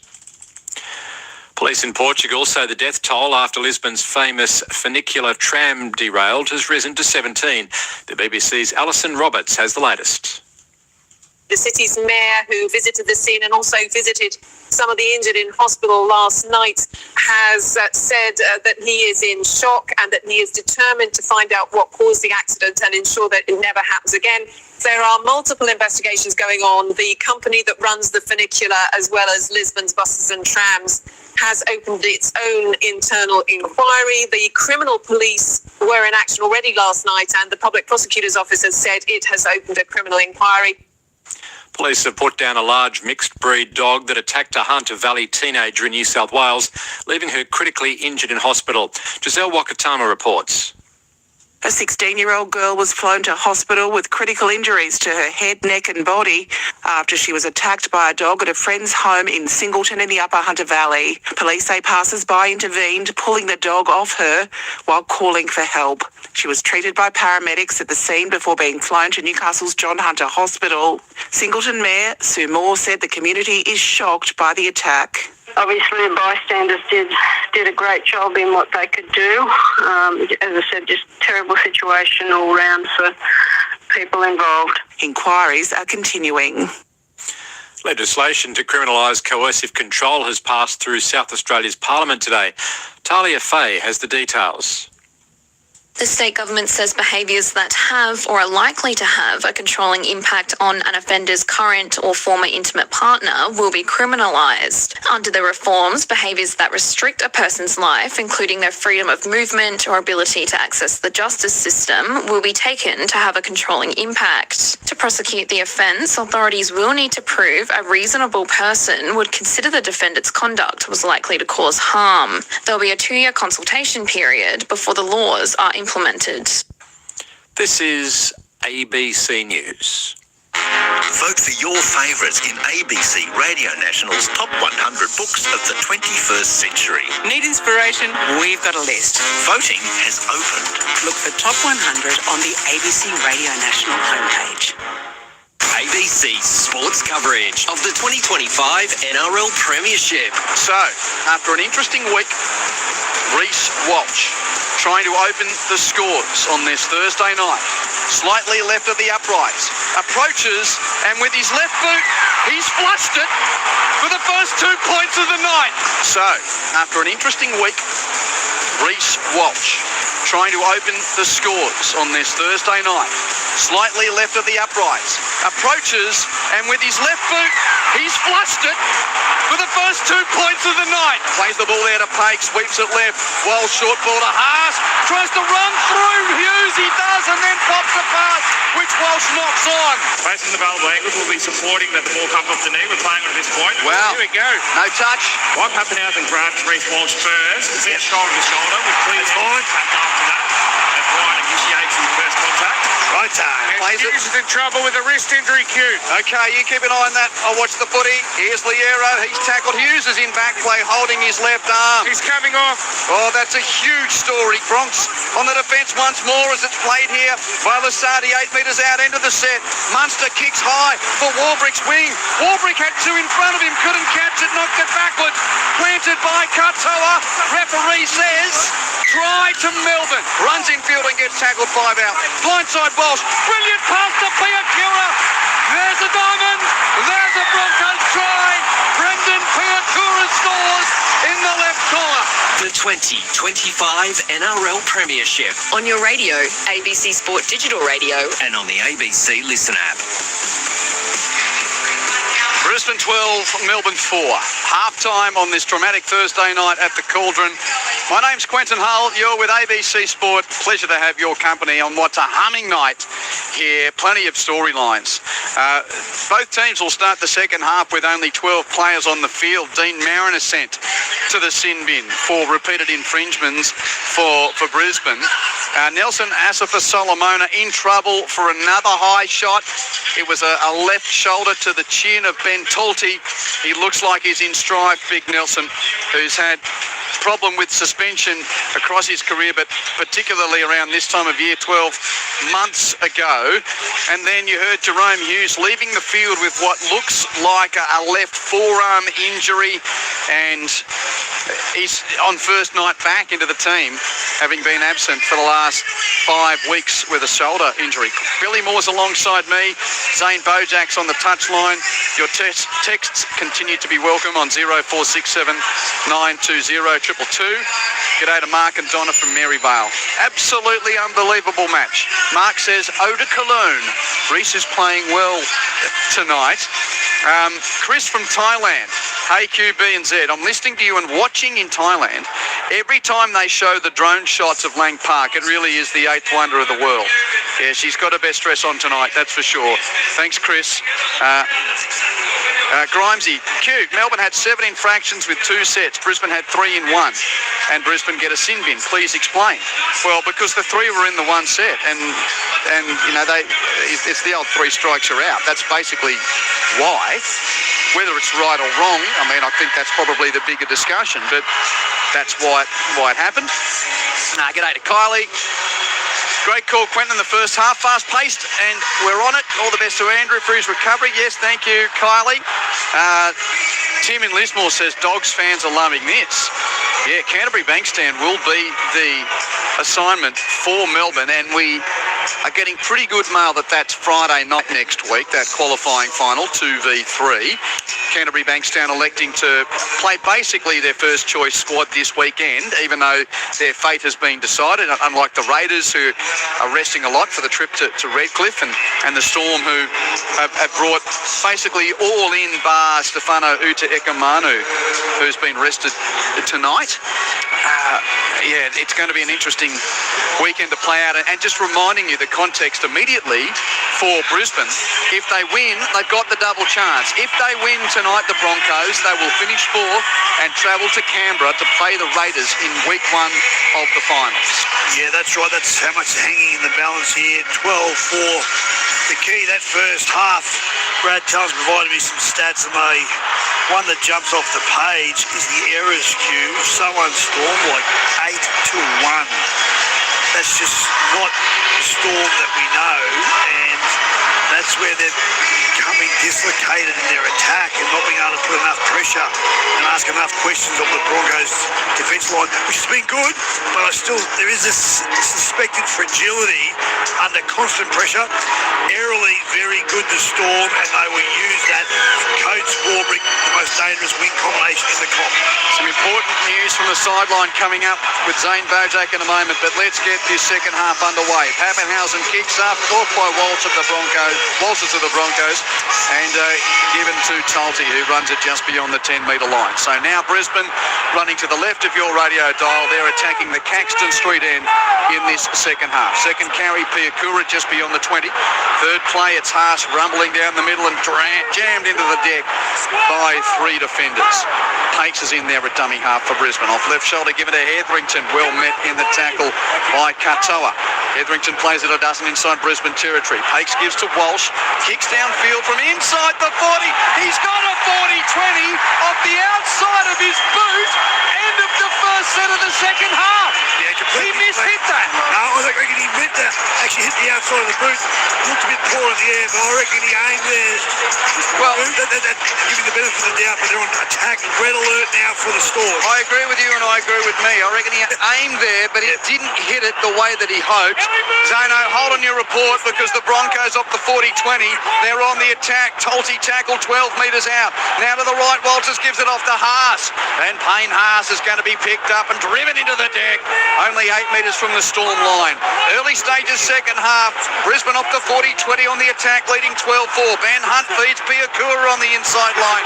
Gets through King before being tackled only 5 metres out by Pappenhausen and Garlick. 6 more for Brisbane. Pakes distributes right. Ben Hunt gets it. Gives it to Hetherington's inside line. He's tackled under the black dot, only 4 metres out. Play 2. Pakes gives it right for Ben Hunt. Second man to Walsh. Walsh will go himself. That's the sound of the cauldron rising to another Reece Walsh Broncos try. He created it with the 40-20. He scored the try. He's got 2 tries tonight and Brisbane lead 16-4. What a start to the second half. 2 tries, try assist. The diamonds I keep talking about, if he weighs the scales with more diamonds than rocks, he can single-handedly beat the lead team in this competition. That was a reasonably down set of 6. It was all aimed to set up to allow Reece Walsh to go at speed on the edge of the C defender. He went to the outside shoulder and everyone in the defensive line absolutely stresses because he's just so quick. And they were so close to the line, there was nothing they could do. That's Reece Walsh at his best.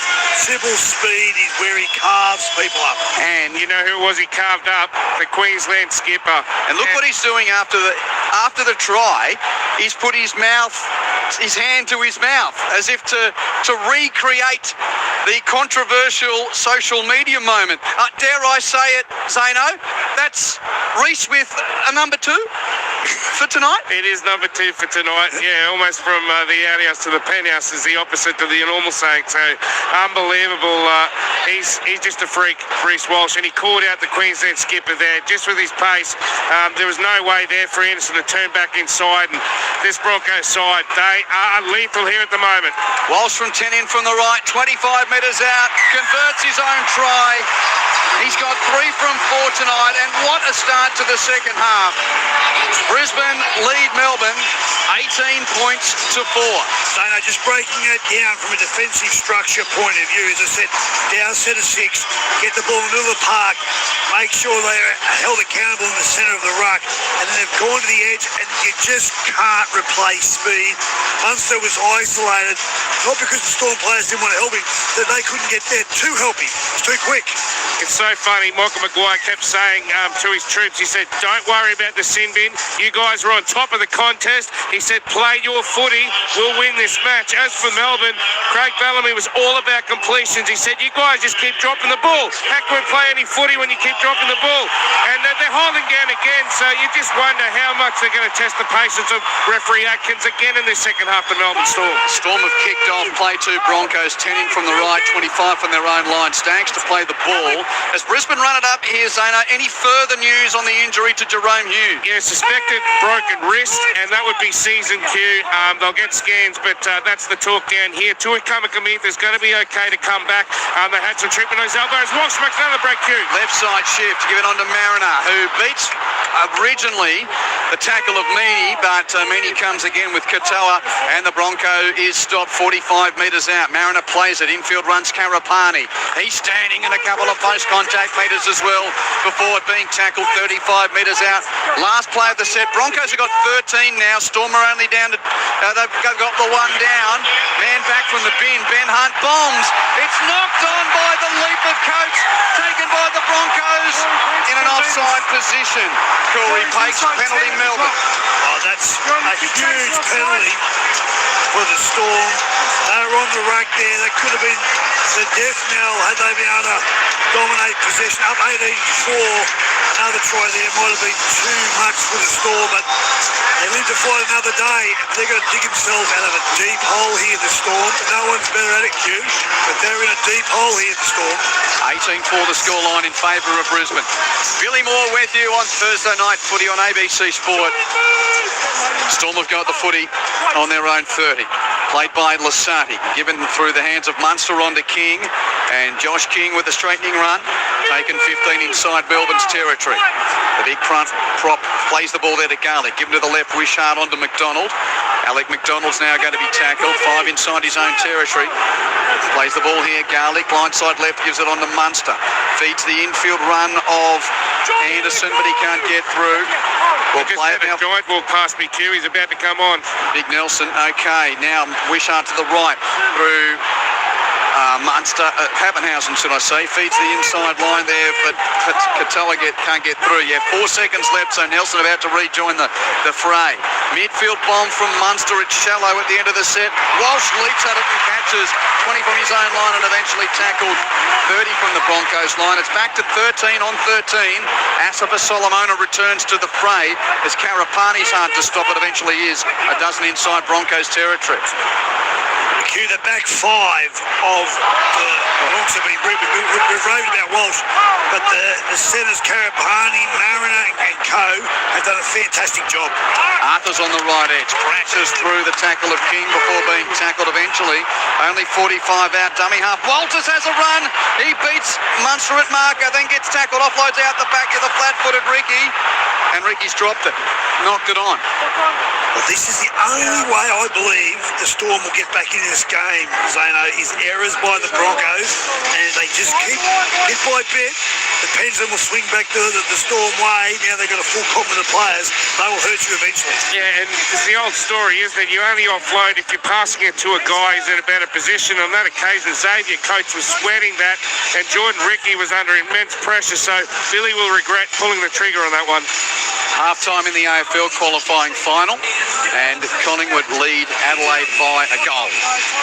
So that call available on the ABC Listen app on the red and blue button.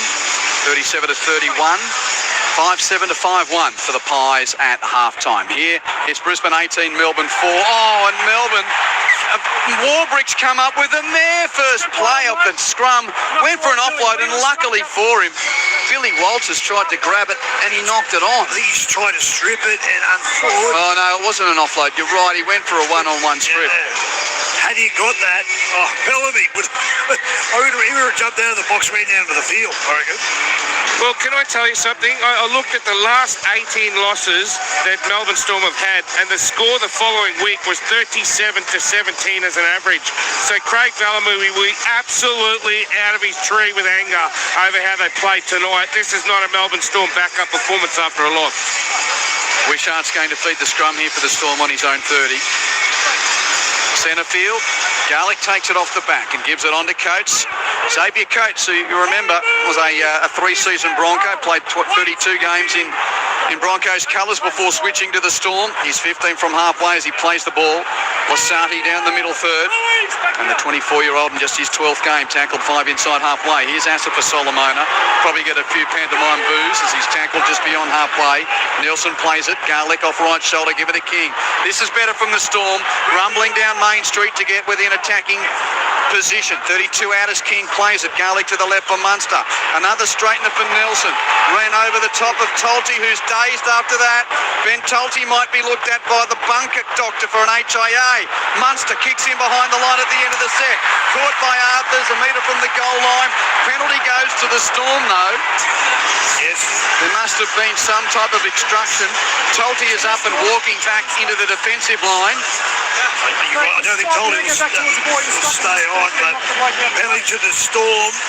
As I said, they're starting now to win possession and now the field position, so they'll be confident, hoping points follow very quickly. That was Walsh, Q. He didn't need to do that. He ran there as the disruptor and causes another set of 6 here for the Storm. They're always going to take that, the Broncos, but here you go, more pressure.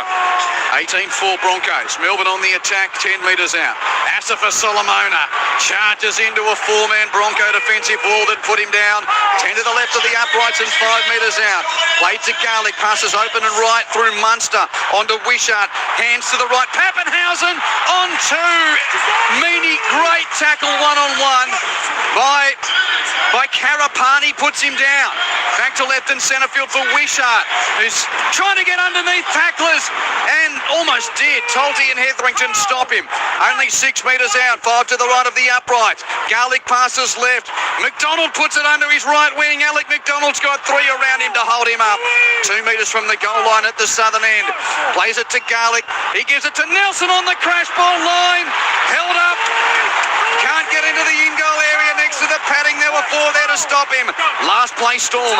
Garlick sweeps it left. Munster's rushed that out. 6 again on the last play. But it wasn't heard by Lasati. Kicked it. Doesn't matter. Referee says no. It's only 10 metres. Offside. Penalty Melbourne. Six again, but he must have played the advantage, saying that they didn't take the advantage, but how not? Here we go. Tony's offside off the line early. It breaks down. Played advantage. Don't stop the game. Here we go. Penalty here. Yeah, Tolty's coming off with a cat too, Q. I saw Dr. Matt Heslop looking at the bunker footage, and he said, yep, he's got to come off for HIA. So I hope he's okay. 29 and a half minutes to go. Broncos 18, Storm 4. Quentin Hull, Billy Moore and Zane Bojack with you for Thursday night footy on ABC Sport. Broncos win. They've got the double chance. It's not going to affect Melbourne. They'll finish second. But they won't want to go into the final with back-to-back losses, that's for sure. Played here by the straightening run off Joe Chan, and now Nelson again. He's just boring his way down the middle third to try and find a hole. But this Broncos defence is holding up. Asifa Solomona stays down. Was there a crusher or a high tackle in that? You have to think there's something like that, because otherwise he wouldn't be down. Well, he's a big man, Nelson, and he stays down. So a high shot maybe coming through from Ricky. Oh no, he's saying that there was a crusher in that. Ricky and Carrigan were the two around that portion of his head. Referee's not going to give a penalty though, he's just giving Asifa Solomona some time to get himself ready. 12-4 the scoreline to Brisbane at half-time. Reece Walsh with the try 3 minutes into the second half, one which he not only scored but created off a brilliant 40-20 kick at the end of the first set of the second 40. Now Nelson plays it, we're back underway. Pappenhausen's got it on the right edge for Melbourne and tackled 12 in from touch on the right and 10 metres out. Played the ball to Mini, passes infield to Wishart, given through hands of Garlick onto Chan. Chan straighten it though, can't breach the defence. Tackle led by Carrigan, wrestles him to ground 11 metres out. Garlick now back to the right for Wishart, gives the ball onto Liero. Good tackle, Walters with help from Mariner. They put him down 5 out. Last play Storm. Garlick blindside right, given to Pappenhausen. Tackle, chucked it out the back, over the touchline it goes. A desperate pass from Ryan Pappenhausen. Goes over the whitewash on the western side. The Broncos defence holds.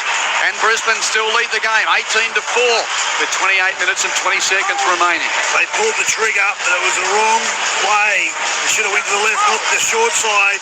Pappenhausen shouldn't have called the ball in.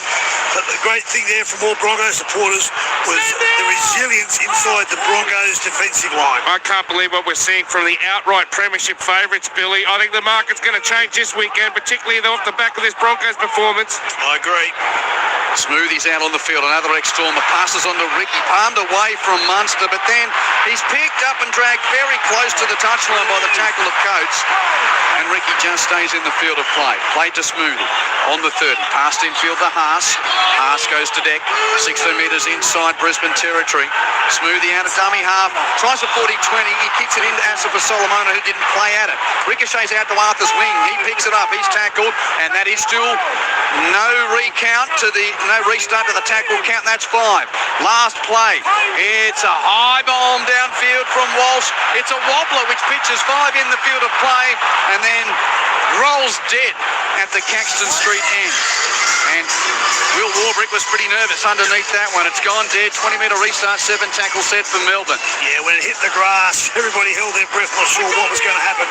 Best result that the Storm could hope for. They've got to go error-free, get down the other end. Broncos, great defensive set, and then a good follow-on. That set of 6 with a kick by Walsh. Play 2, Lasati, 15 inside his own half. Play 3, it's Asifa Solomona, but no great gain there as Smoothie's there to make the tackle with Carrigan. Stormer on there, 40. 18-4 the scoreline in favour of Brisbane. Now to the right. Liero, Katoa passes to the edge. Great cover from Karapani coming across to cut the ankles of Warbrick down. 40 from the Bronx line. Infield runs Mini on an ankle run. And then Joe Chan ran an offside line. Referee says play on an obstruction line. Out to the left, Pappenhausen gives the pass, but Staggs comes in off his edge to make the tackle on Lasati. Storm 30 out. Wishart out of dummy half. Shows it and gives it to the middle of the field. Chan was flat-footed, gets taken.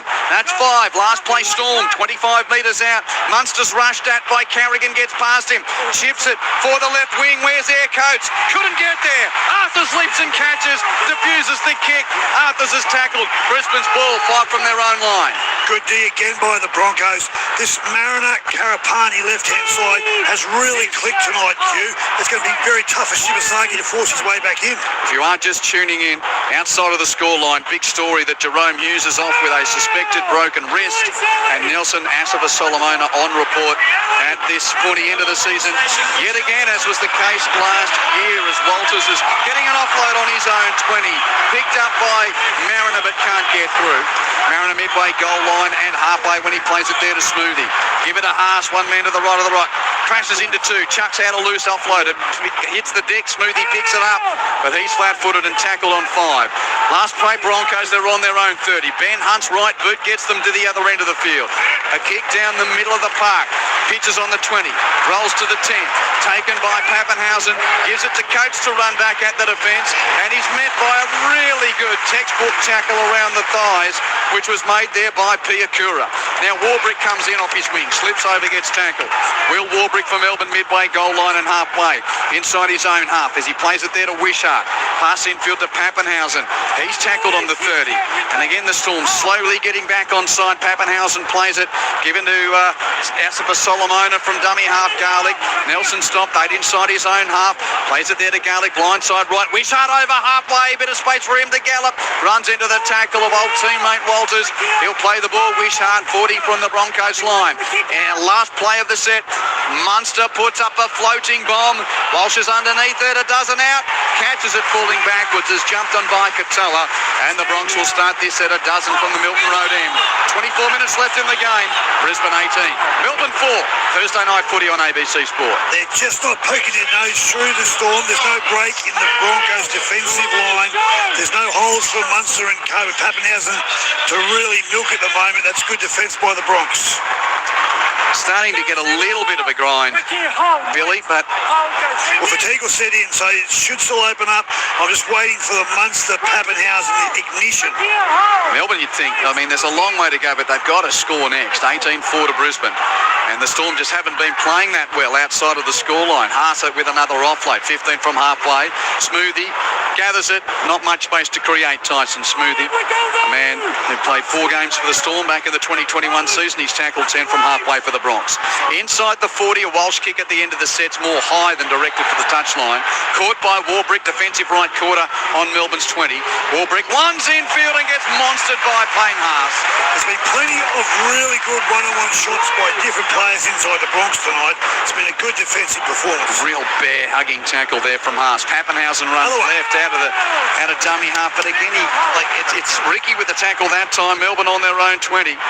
Coates has to go on a straightening run, gets to the 30. Xavier Coates, 20 in from touch on the left, went tackle, plays the ball to Munster, given on to Meany, who almost gets through, but just stopped 8 inside his own territory. Nick Meany plays the football. In fact, that was Anderson, my apologies, the other centre. Now Wishart over halfway. Offload, Pappenhausen. He passes left, Munster. Passes to the edge. Through the hands of Anderson to the wing of Coates. He tries to run over Arthurs. Arthurs did well to tackle him. One-on-one, great tackle. Last play Storm. 25 out there, out on the left. Given infield to Munster. Runs to the 20. Now puts a chip in behind the line. Plenty leap.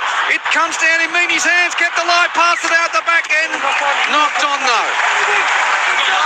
Wishart was there to receive the pass, but there was a knock-on from Meany in leaping to catch that ball. Brisbane survived. 22 minutes left in the game. Broncos 18. Storm 4.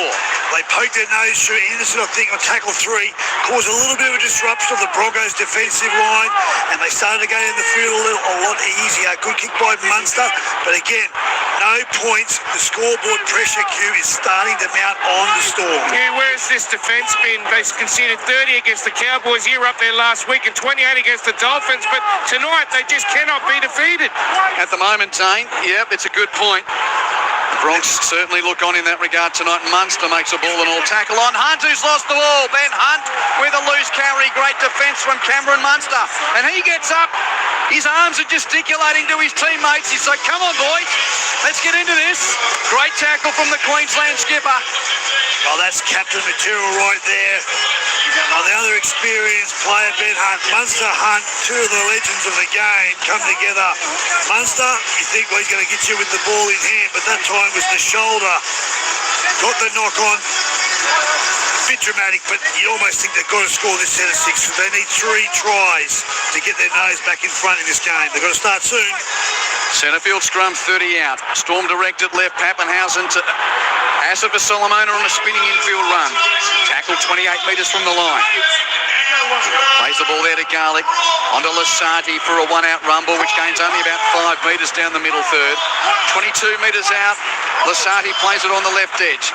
Garlick passes right in centre field. Munster gives it through the hands to Wishart. Cut out to the edge. Numbers here. Katoa gives to Warbrick. Warbrick comes infield. Gets into the end goal and does score. Set try, Billy. Will Warbrick on the right side shift. Kept his composure. He was running out of ground, but he was able to step infield past the left side shifting defence of the Broncos. And it's game on. 18-8 Brisbane. Storm conversion attempt to come. Well, they've finally converted the field position and possession of points. They haven't looked that great tonight, but you just felt just sheer mounting pressure on the Broncos. They were going to crack. And in the end, it was the right-hand shift, as you said. Wishart saw the opportunity, got the ball through the backline hands into Will Warbrick. This is his 4th game, so this year, if my memory serves me right. He's a good player. You just see how physically big he is. He's so hard to stop. They've got great wingers, him and Xavier's coach. As I said, probably the 2 best in the air, but ball in hand, they are so dangerous. Brilliant effort by Cameron Munster to get the mistake from his Queensland teammate in Benny Hunt.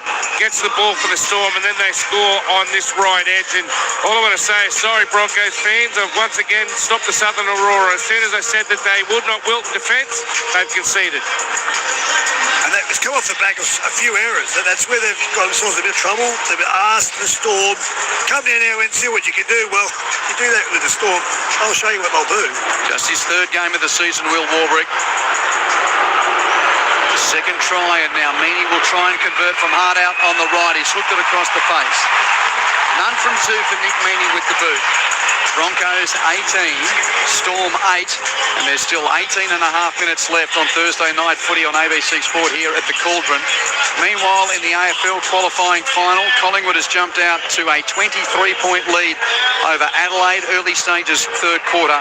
The Magpies 8 goals, 7-55, lead the Crows 5-2-32. Well, the key number you just said there, Q, we know the scoreline, yes, but it's the 18 minutes 43. That's a mountain of time for the Storm to get their nose back in front. If, and this is the big if the Broncos make mistakes, give away penalties, give them cheap yards, the Storm will make you pay. Walsh to kick off for Brisbane. Slams it to within a metre or 2 of the goal line at the Caxton Street end. Wishart catches and gives it to Alec McDonald to take into the defence. And McDonald is pushed back a metre or 2 before eventually he's grasped, and he'll play at 9 metres from that northern end. The Broncos fans like that extra effort in the tackle. Now, Lasati almost gets through in a right side rumble. Good run up to the 20. It was, my apologies, that was Katoa with that run on the right edge, and now it's Lasati's turn. Taken just short of the 30. Played to Garlick, given to Asifa Solomona. Rumbles down the middle third. Taken 15 from halfway. Plays the ball to Garlick, given left to Munster. Now there's Lasati on the left edge. Up the halfway he goes. He's 6 metres in from the touchline. Out on that eastern side went tackle. Plays it to Pappenhausen. Passes infield for Wishart. Kicks high and deep downfield from halfway at the end of the set. Easy pickings for Walsh. Catches it comfortably on his own 10, defensive right corner. Runs infield and gets taken 22 metres from the southern in-goal area. Walters comes in at dummy half. Gives it on to Karapani. Karapani up to the 30. The game's been frenetic and has a lot of different kinds of stories, but it's just settled a little bit. We've had sin bins, we've had injuries, repeating Jerome Hughes off with what is expected to be diagnosed as a broken left wrist. Huge blow for the Storm champ half-back. Just back into the team tonight as Carrigan gets the Broncos to half-play. Played to Smoothie, given left for Ben Hunt. Through the hands, Walters at the line, pops it up, but no way through there for... It was... Jaden Hunter was tackled 35 metres out. Last play. Here's Ben Hunt. A bomb at the end of the set. He went down after the kick. Was it okay? Referee thinks so. Warbrick catches it, and Warbrick's tackled 10 from his own line.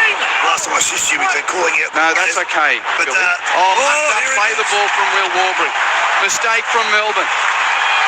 Referee Atkins has blown that up, and this will give the Broncos a gift attacking chance with 16 and a half minutes to go, leading 8 points to 8.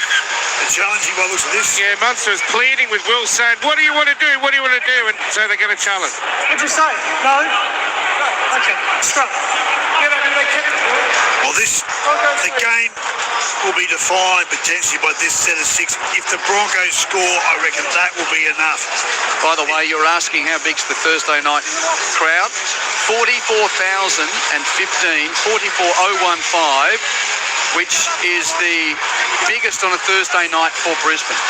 Which means the biggest. It exceeds the 2015 crowd, which was also a Storm Thursday night game at Lang Park. So biggest Thursday night crowd here for Brisbane. Bronx 10 metres out off the scrum. Right side shift, no way through first play, but a penalty for a high tackle. Staggs was the man, and Munster the offender.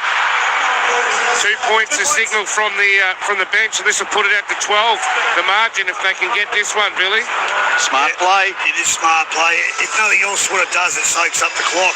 15 minutes 50 to go. The Storm are on the front foot. That's now evaporated. The mistake by Will Warbrick, the penalty here. There's still plenty of time, but the ball from mine is in the Broncos' court.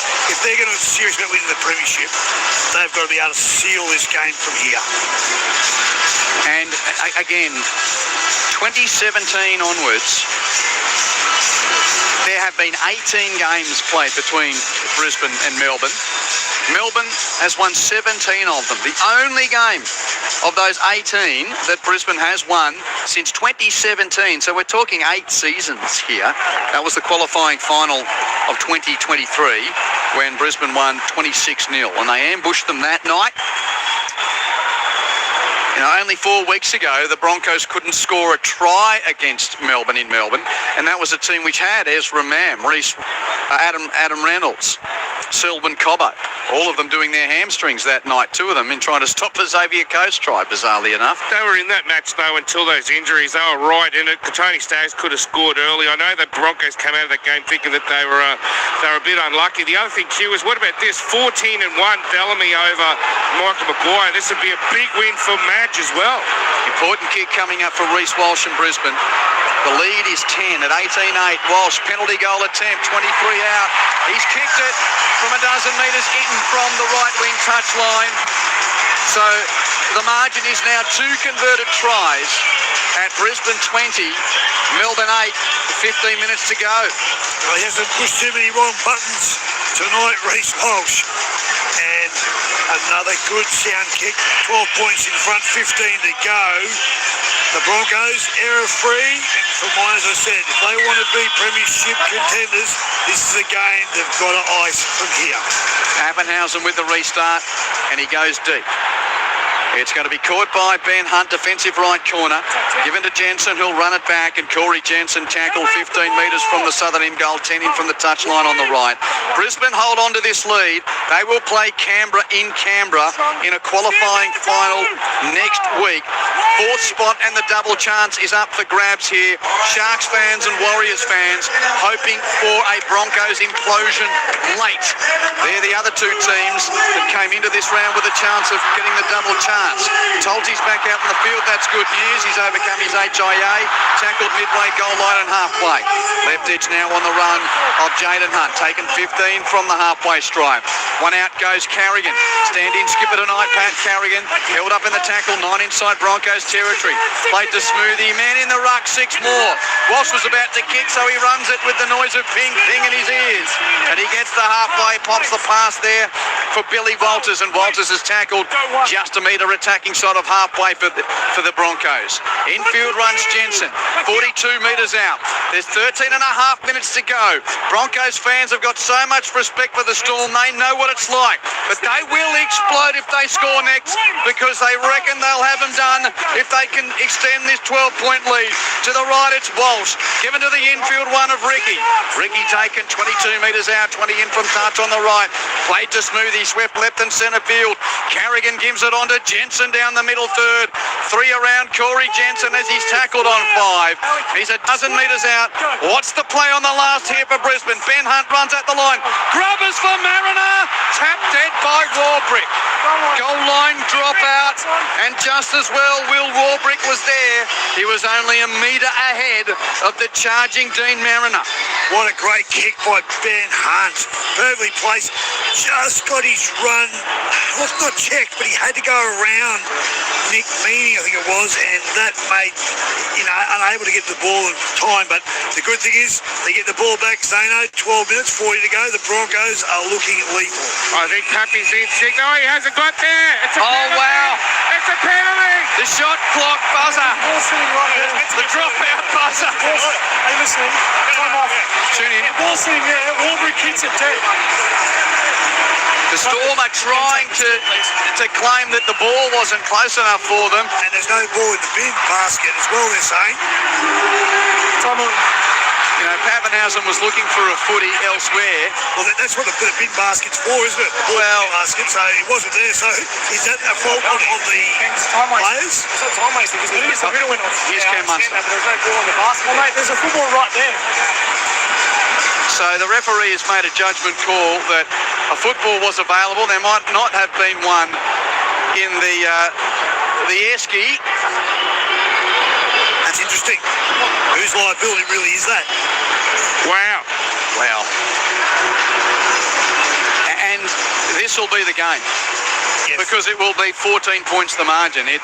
So the dropout did not take place in the allotted 30 seconds. So Reece Walsh will now kick a penalty goal from 15 metres out. As long as the Broncos complete the next set of 6, you're right, I believe the ship has sailed for Melbourne Storm to win this. This will be a third penalty goal of the night for Reece Walsh. He scored 2 tries as well. So it's Walsh 16, Storm 8. It's about to be Walsh 18, Storm 8, i.e. 22 to 8. 11 minutes left in this game, and Reece Walsh from point blank range slams it through at the Caxton Street end. The Broncos look like they've got the double chance.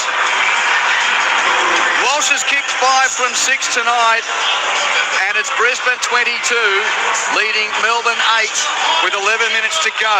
Around the grounds, mid-third quarter AFL qualifying final, and Collingwood 10-9, 69 lead Adelaide 6-3, 39. The Magpies by 5 goals there. Okay, I've just spoken to the ground manager, and Frank Panisi has made an official complaint that he wants to go through the NRL, that there should have been a football in that basket, and there wasn't. That's said the liability you would have thought would lay with the NRL, not the players.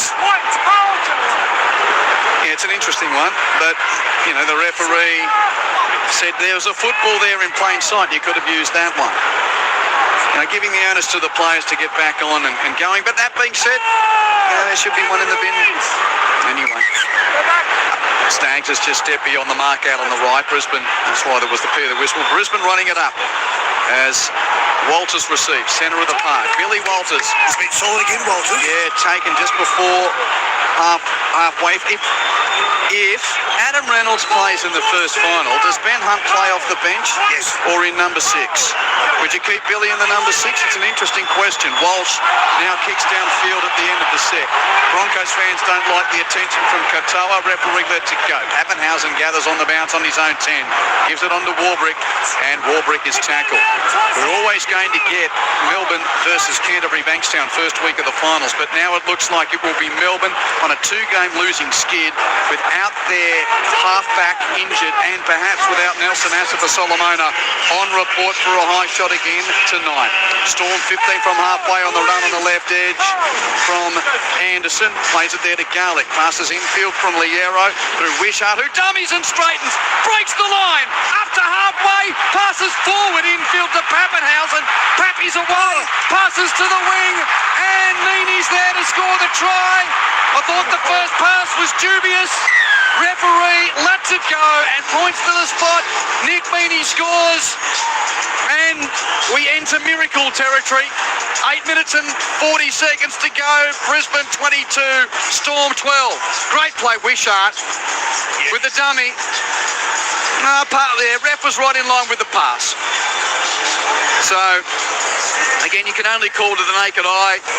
Dubious, but the referee was right there. Probably backwards out of the hand. Billy, anyway, 22-12. It's in the book. Great work. That's the money play. Wishart, big right foot step, gets inside. Jade Hunt palms off the big back rower, Carrigan, and then from then on, it's almost too big, too strong. They could not be stopped from that point at all. So Mini to convert his own try, wasting no time about it, knocks it over from just to the right of the uprights. 22-14, 7 minutes 54 seconds left. These are danger players, they know, isn't it? Think about Munster and Pappenhausen. The hole we've talked about, they're stuck in. They're the two that can dig them out, but what a player Wishart is. You hear rumours, everyone's saying about he's the best bench player. At the moment, I would say he's the best off the pine that I would take. He's still someone that would not even look out of place in an Australian jersey coming off the pine. He can play so many positions. He's dangerous at every opportunity. He sets such high standards. It's going to be hard, I would think, for someone like the Storm to keep a player like Wishart in their ranks because he deserves to be a starter. It's a good point you make, Billy, because remember, Melbourne beat the Bulldogs, Penrith and the Roosters with Wishart as their 7. So you said earlier that you thought that they could win without Jerome Hughes. They might have to, but he's a pretty handy backup. 8 minutes of this one left, and 8 points is the lead for Brisbane. Important set here for the Storm. Munster catches the kickoff, give it to King, and King is stopped before getting to the 10-metre line at the Caxton Street end. Warriors fans and Sharkies fans, they've just shuffled in their seats. They thought that they were no chance of top 4. Great tackle hits, and the ball's gone loose out the back. Asapa Solomon cleans it up. That was a big push on from the Bronx, and the Storm were lucky not to lose it there. Yes, Sharks and Warriors fans were hoping for the Storm tonight to give themselves a chance at the double chance. Pappenhausen's passing field knocked on by Wishart. Knocked on by Wishart. That's it, I think. They were rolling the dice on that right edge. Yeah, will they challenge this? They're going to have to. I think it'll be a fruitless challenge. Previous tackle is 3. We don't have a tackle 4. Right decision knocked on Melbourne, challenged by Melbourne. The Storm. It could be a Broncos in here. They'll have to wait for the replay. They might as well use their challenge. 7 minutes left in the game. So a little right side shift, and Pappenhausen. Well, it was not played at by Jaden Hunt's leg. Seeing if Melbourne get a hand to this at any point. Has Melbourne touched it though, Q? Yeah, but it sort of ricochets off Jaden Hunt's hip into Wishart's leg. I don't think there's any knock on there. It's just a bit of ricochet and play on. So off the hip of Jaden Hunt into the thigh of Jaden Hunt, into the body of Tyrone. Just need to see if it hits the bottom of his arm at any point, checking all angles. I reckon the point of the ball gets the bottom of his forearm. On the right forearm, that's the key, Quade. Who ended up with the ball? We might just have play on here. Storm get it back. Little finger maybe, little pinky. Chris Butler's having a look in the bunker. You see a change of rotation of the ball, that's going to be the key. This is a big call. 7 minutes left. Based on the live decision, we haven't got conclusive evidence that the ball doesn't hit the bottom of the arm, so we'll be sticking the on-field decision. Melbourne will retain their challenge. So Melbourne keep their challenge, but it's not overruled. So the original call was knock on Storm, and Brisbane will get the scrum fee 20 metres out. 7 minutes to go. The clock's ticking. Scoreboard pressure's immense. They're only going to have probably 2, max 3 more sets, Q. The Storm to breach the line, and they've got to score twice. Almost insurmountable. If Brisbane score here, she's all over. 22-14 the scoreline in favour of the Broncos. 7 minutes to go on this Thursday night on ABC Sport, which has, again, just had its huge doses of cauldron drama. Centrefield 20 out, the scrum for the Bronx. Given one man right to Walsh, feeds it to the infield run of Staggs, who can't get through. And Katoni Staggs stands in a two-man tackle of Munster and Chan, and will play it 20 metres out on the right. Smoothie gives it infield to the one-out runner, Jensen. Tackled 12 metres out, slightly right of the uprights. Broncos looking for the killer blow. Smoothie to the left and centre field. Ben Hunt feeds the infield line of Jaden Hunt. Lost the ball. But it's a strip, 2-on-1. Penalty for the Broncos. That's the game. I'll take the 2 here. Take up the clock. 2-on-1 strip. Yeah, pretty obvious. What are you doing, mate? Ben? 6 minutes, 12 seconds, 11. Tick, tick, tick. 2 points. And that's what scoreboard pressure does to you, Q. It makes you do things. You know you can't do it, but you have to roll the dice. And they unfortunately got caught there in the storm. And the penalty now, Walsh will not miss this kick. The key thing, the clock just keeps ticking down and down. I'll tell you what, talk about a bit of a retro feel. Showing my age, I mean, you were playing during this era, Billy, but how about a big game between the Raiders and the Broncos at Canberra Stadium? Doesn't that bring back memories? Well, in the 90s, in my era, they were the two best. It was Australia versus Australia. Basically. Just throwing a couple of Kiwis. We never got the Canberra versus Brisbane grand final, we didn't actually. but we got a couple of other big games. You remember the chip and chase by Mullins? Chip and chase by Mullins, one of the greatest tries ever came out of a Broncos Canberra game back in 1994, and of course the Raiders went on to win the premiership. Those matches were just unbelievable. I remember also, Q, they didn't win the comp, the Raiders nor the Broncos, but 1995 they played a final up here at this ground, and it was off the Richter scale for how good it was. And that was, I think, when basically they belted each other up so much that it helped the Dogs make that late charge in that final series. And Canterbury Bankstown going on to win that. So Reece Walsh from the penalty, 15 metres out. This will be a fourth penalty goal for the night for Reece Walsh. We don't see that many penalty goals generally in the NRL these days. Taking his time about it. He scored 2 tries as well tonight. Left boot, raises the flags. Penalty goal successful. Walsh 6 from 7 for the night. And the Broncos have a 10-point buffer with 5 minutes to go. 24-14 the scoreline. Well, they've got to score when they get the ball back. If the Broncos go error-free kick down the park, they've got to score in that set of 6. Have they got the strike power? They certainly do. Pappenhausen, Munster, Wishart, they've got enough in them, but it's just the Broncos' defence tonight has been some of the best I've seen in season 2025. Oh, Pappenhausen tried a short kick-off and dribbled it 4 metres in front of himself. There was space there. Yeah. Only went 4 metres, not 10. It was like, what do they call it, the onside kick in gridiron that he mucked up. I was about to give you around the ground scores too. 2 minutes left in the third quarter at the Adelaide Oval. Collingwood 10-11-71 lead, Adelaide 7-4-46. That's a qualifying final. Winner to the prelim, loser gets another chance next week. You know, it was like he was taking a penalty in soccer, and he was trying to confuse the goalkeeper by going left, and then at the last minute went right and got himself into all sorts of trouble. Here goes Mariner. He's had a good game, Mariner. He's going to ask some big questions of whether Shibasaki comes back in. Yeah.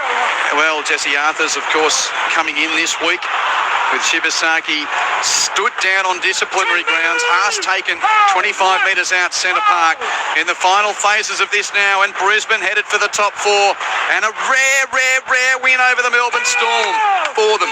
Carrigan tackled out on the right edge. He'll play the ball 16 metres out, 6 more on another slow play the ball. Jensen on a straightener, 11 metres out. Asifa Solomon, a part of the tackling brigade. He'll face the panel's wrath. Oh, big hit. That was a good one. Liero smashed into Jaden Hunt and gave him a gobful too. Ball played, Ben Hunt to the right. Walsh will score a hat-trick. Foul play. Oh, no. He initiated challenge. The penalty goes to the Storm. Walsh was through a hole and into the in-goal area, and the referee's come up with a penalty to Melbourne. I missed what for. Carrigan says it was initiated by the defensive line, not him. A live decision of just to take out here and take space. Offside, was it? No. Sorry, obstruction. Obstruction to the defensive. But he didn't put it down. I stopped looking at that point. He ran back out of the Glides and runs to the inside shoulder of space. He runs right at the chest of Cameron Munster and takes him out, which is an obstruction. Challenge is unsuccessful. Go back 10. I know Walsh didn't put the ball down, but that's common sense. This is the game right now, Q. This is the game here. They must score this set of 6. You still think it's alive? No. I'm just keeping our listeners... 2 minutes and 50 seconds to go. The lead is 10. I might get excited if they score. You're right. Right side shift. Warbrick's got it. He runs up beyond halfway and is tackled 45 metres out. Don't you get excited? No, let's just play it out here. Wishart, centre of the field. Moves it left. Munster gives it on. High tackle. High tackle there from Ricky on Chan, but the referee says play on. Chan's tackled 40 metres out. Munster looks left, doesn't like it. Passes infield to Garlick.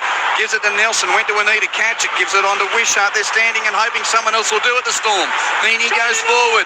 Gets taken 32 metres out. 2 minutes left in the game. 10 the margin to Brisbane. Liero to the left. Munster pops it up onto Chan. Chan's tackled by Ben Hunt. Drifting out to that defensive right edge. He got help from Carrigan. Played to Pappenhausen on the 20. Past infield right through Munster, through Garlick to Wishart.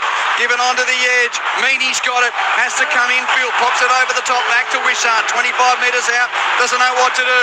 Chucks it left for Munster.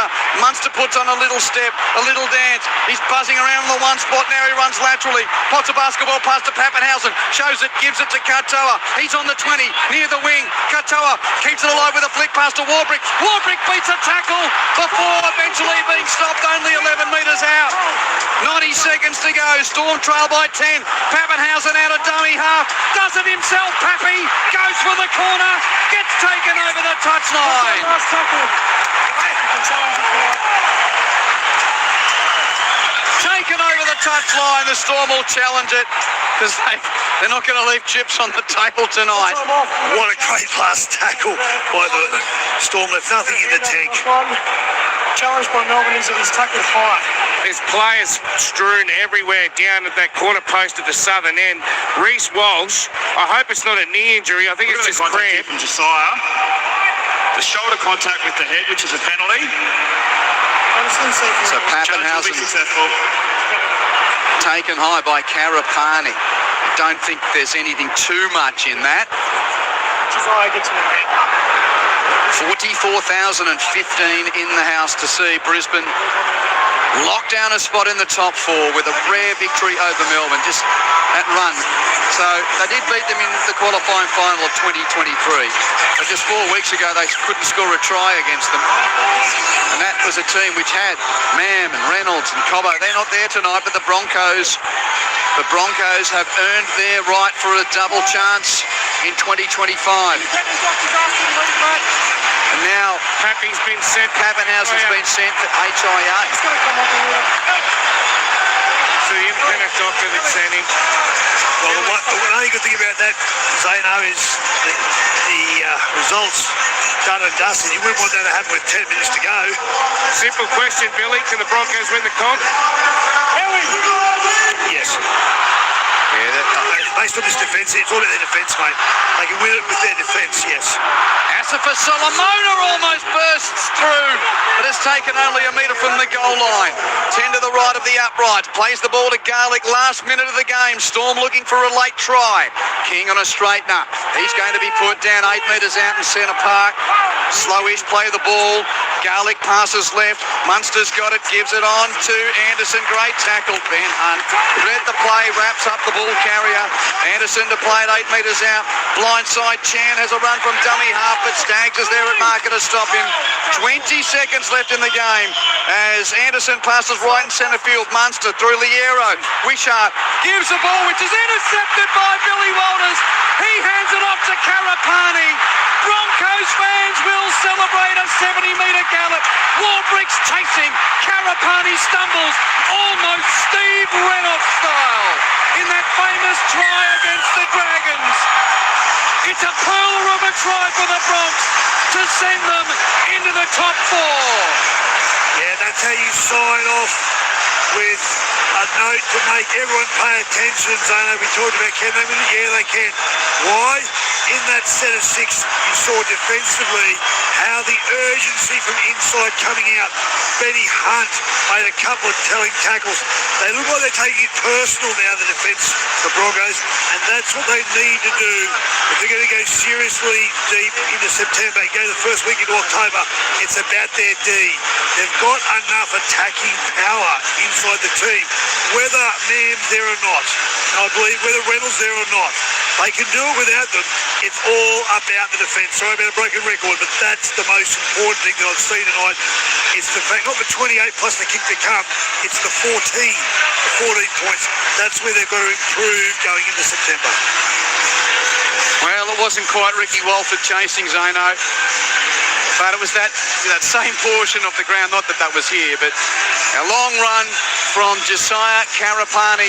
He's now got 10 tries in 10 games this season for the Broncos, and it's 28-14. There's one play left in the game. It's a conversion attempt for Reece Walsh. Well, the Storm are going to finish second, but they are going to go into the finals off the back of consecutive defeats with Jerome Hughes injured, back into the team after having a month off with a shoulder injury. Looks like he's broken his wrist tonight. Nelson Asafa Solomon are about to face the wrath of the match review again for a high tackle. Let's see if Walsh can finish it off here. He's kicked 6 from 7 tonight. This last play of the game is a conversion attempt, 25 metres out, 2 metres in from touch on the western side. The Green Machine in Canberra awaits the Broncos. This what's the final scoreline here. Walsh strikes it brilliantly. He's hot. That is the end of the game, and that is the top 4 sorted in NRL 2025. Canberra, Melbourne, Bulldogs and Brisbane. Brisbane earn the double chance and a trip to Canberra next week. They've knocked off the Storm 30 points to 14, having led 12 points to 4 at halftime. Reece Walsh scored 2 tries, Brendan Piakura and Josiah Karapani scoring the others, and Walsh ended up kicking 7 goals from 8 attempts. He kicked 3 of 4 conversions and 4 from 4 penalty goals. While for the Storm, Katoa, Walbrick and Mini the try scorers. Mini with just the 1 successful conversion from 3 attempts. Brisbane finished their season with 15 wins and 9 losses. The Storm with 17 wins and 7 losses, but importantly back-to-back losses ahead of a home qualifying final against Canterbury Bankstown next week. Stay close. We'll get Zane's interviews from the touchline and Billy's points before we wrap things up on this Thursday night. Well, they completed 90%, the Bronx, Q. That's a big number for them that they need their completion rate in the next 4 weeks. They're going to go all the way to the GF. They need to be in that high 80s, low 90s completion rate. But to me, as you've heard me talk about it, I've lauded their defence. They took it personal. The inside slide and being able to push up and out, causing questions of the attacking side. That's the key for me. If they're going to look like being the champions they could be, it's all about the D. Zano. I'm down here with Nelson Asafa Solomon. Nelson, you've been there the last couple of weeks, mate. This is not good for the Storm, is it? 2 losses back-to-back heading into finals. You could either take it as a loss or you could take it as a learning. We'll take it as a learning. How are you feeling, mate? Getting reported and sinned in for 10 minutes. I know it cost you a grand final last year. You worried? Leave it up to God, bro. It's His will. Whatever happens, happens. I'm going to have to chop off my legs, I reckon. And, it's tough for us tall blokes. Obviously, you're trying to go there, make a tackle, and I'm 6'7". It's a fair way down, but we'll see. Time will tell. Time will tell. And losing Jerome too, broken wrist. That's not good for you guys as well. But Wishart showed with his talent out there that he might be a good backup. Yeah, big loss. Jerome is. Feel for him. But the cards are dealt. It's next man up. Next man up mentality. You know that you were going to play the Bulldogs regardless of the result tonight. You're ready to take on the Bulldogs. What do you got to do to improve for next week? Gonna have to go back, look at video, and we'll go from there. All right, well, thanks for chatting to us, Nelson. Best of luck next week in Melbourne against the Doggies. Cheers, mate.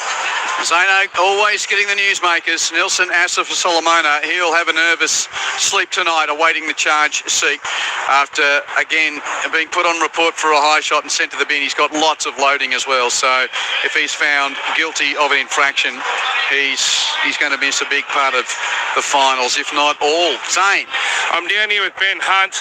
Mate, I know you weren't expecting to be wearing the 7 this late in the season, but wow, you guys are going on a tear. 10 out of 12 games you've won. How good's that? Yeah, really good, mate. Obviously, I love playing in the 7, but yeah, didn't want to do it like this. A little skipper sitting on the sideline. You'd love to have him out there, but yeah, mate, we're just really just starting to work really hard for each other. You know, we're playing some good footy and just competing on everything, and I think that was the big thing that got it for us tonight. You know, we just competed hard and right to the death. You've conceded a few points against the Dolphins and the Cowboys the last couple of weeks. Why was your defence so good tonight?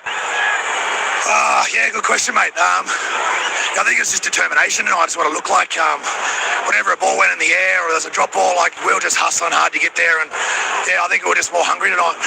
And of course, you take on the Raiders now. There's been some great Raiders Broncos battles back in the day, but I'm sure you're looking forward to, it doesn't matter how cold it is down there, looking forward to playing a top 4 battle down there next week. Yeah, mate, this is what you play for, to play finals footy, and Canberra number 1 for a reason. They're a bloody good side, and we're going to have a good look at them during the week, see how we can break them down, but we're looking forward to the challenge. 2 quick ones. Reece Walsh had a checkered week. He put himself under a little bit more pressure, but didn't he respond tonight? A 20-point haul. 22 in the end. You guys in the media made it a checkered week. You know, he didn't worry him at all. He's just a young fella enjoying life, having a bit of fun, and yeah, he really came out and turned it on tonight. If Reynolds is ready to go next week, you ready to hand the 7 over and wear the 6? What do you want to do next week? Yeah, mate, as much as I love the 7, be good to have the skipper back out there, mate. He's obviously our little general, and he's played some finals footy, he's played Origin, and we need him. You played some big matches, Benny. Look forward to another great final series for you in a Broncos jersey. Appreciate it, mate. Thank you. Great work, Zane. Down with Ben Hunt, and yeah, Adam Reynolds likely to be fit, and then that's the question. Earlier in the season, it was simple as Reynolds 7, Hunt 6, Walters 14, but Billy Walters has done his bit at 6, and it'll be interesting to see what Michael Maguire does there. 30 points to 14, Brisbane over Melbourne. So it means that the Broncos will finish 4th. The Warriors or Sharks now denied their chance to try and push for the double chance. And we know that the qualifying finals, 1v4 is Canberra versus Brisbane, and 2v3 is Melbourne versus Canterbury Bankstown. Billy Moore. Well, that's West the appetite top 4, but the bottom 4 of the 8th has to be decided. So it's a wonderful contest to come. Look, you've heard me laud all night from the get-go. I thought the defence of the Broncos was superb. I love what I saw, and Ben Hunt talked about the effort they were playing for each other, the commitment, the determination was the word he used multiple times. That's the key ingredient for them to go deep into this competition, to get to the first week in October. They're only going to do it through defence and the effort plays to each other. As I said, they do that. The attack will look after itself. Reece Walsh will look after that. He has to make sure he keeps his head down, does the effort plays, does those carries into the heart of the defence, make sure his defence is on song. He had a beautiful tackle. I think it was on Xavier Coates where he picked up and dumped. Something that was so un-Walsh-like, but that's the sort of thing that Maguire will bring, the hard, tough edge to them. And they've got a guy, the guy who's coaching the Broncos right now, he won the comp in 14 with South. He's used to big clubs in big pressure games. He's used to this. So he's the right man at the helm to take this side all the way. Can we keep believing in the Melbourne system if they don't have Hughes and Asifa Solomona? Well, one thing we've forgotten, we've missed the reasonable number 9 to come back. What's his name? Yeah, Grant. Harry Grant. He goes World's right. best 9. Yep. So he makes a significant difference. But, I mean, in the lead-in, you were saying that Nelson being suspended last September was huge at the back end of the final, so... I'm concerned about their firepower in the middle of the park, yes. And I thought the Broncos showed that. They laid that bare. And I think, well, Canberra have the best front row in the world, Tarpany. You know, you then go to the Dogs, The Dogs play a different sort of style. They're a bit Melbourne-like. They've got smaller forwards and faster, so I don't think their middles has been an issue there. But when you play Canberra, when you got Papa, you got Red, you've got Joe Tarpany, Hudson Young. Yeah, they're plays big for an edge forward. Yeah, they're ruthless. So I just think that Melbourne lack one or two key players in the middle of the park. Who did you give your votes to tonight? 30 points to 14, Brisbane over Melbourne. A rare win for the Broncos over the Storm, which has secured fourth place for them. Billy? 3 points, Reece Walsh, 2 try assists, a 40, 20, 134 metres, 5 tackle breaks, 1 line break. So that's, to me, outstanding performance. I gave 2 to Karapani. I just love that the back guys really laid a platform for the Bronx. He had 63 post-contact metres, 210 metres, the best by a mile, nearly double anyone else on the park, and a try in there as well. I gave 1 point to Isaiah Katoa from the Storm. I thought one of the best games I've seen him play. Eli Katoa, sorry. He was outstanding at 15 carries for 180 odd metres, 82 post-contact and 3 tackle breaks in a losing side.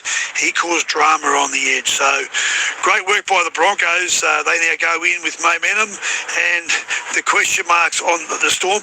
And for the last 2.5 decades, I've said, that the Storm bubble's going to burst.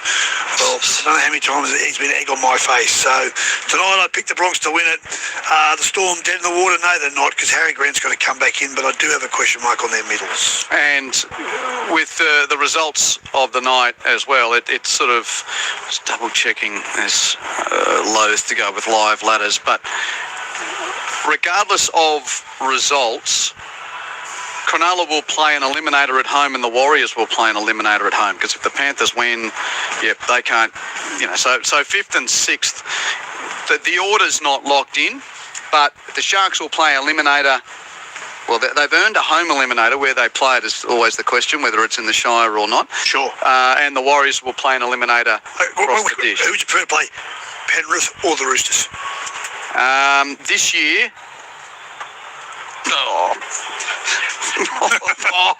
that's not fair. If you're the Warriors, you want to play the Roosters. So definitive, well done. I don't think you want to play either. It's a tough assignment, isn't it? Put it this way. I think it might be the first... I'm going to redirect. It'll be the first time in NRL history that teams 7 and 8 will be favourites in the cutthroat finals. There you go. Hey, well put. I had to get out of that, didn't I? Thanks to Ned Hall back in the studio, to Aussie Bob on the Fader Zane downstairs, and thank you for your company. Of course, 5:30 tomorrow, we're on air from Brookvale, where it's Manly Warringah versus the Warriors.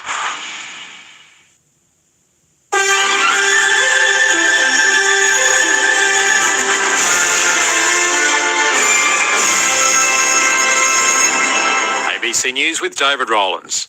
The aged care watchdog is urging the government not to put blanket solutions on several issues that have been detected within the sector.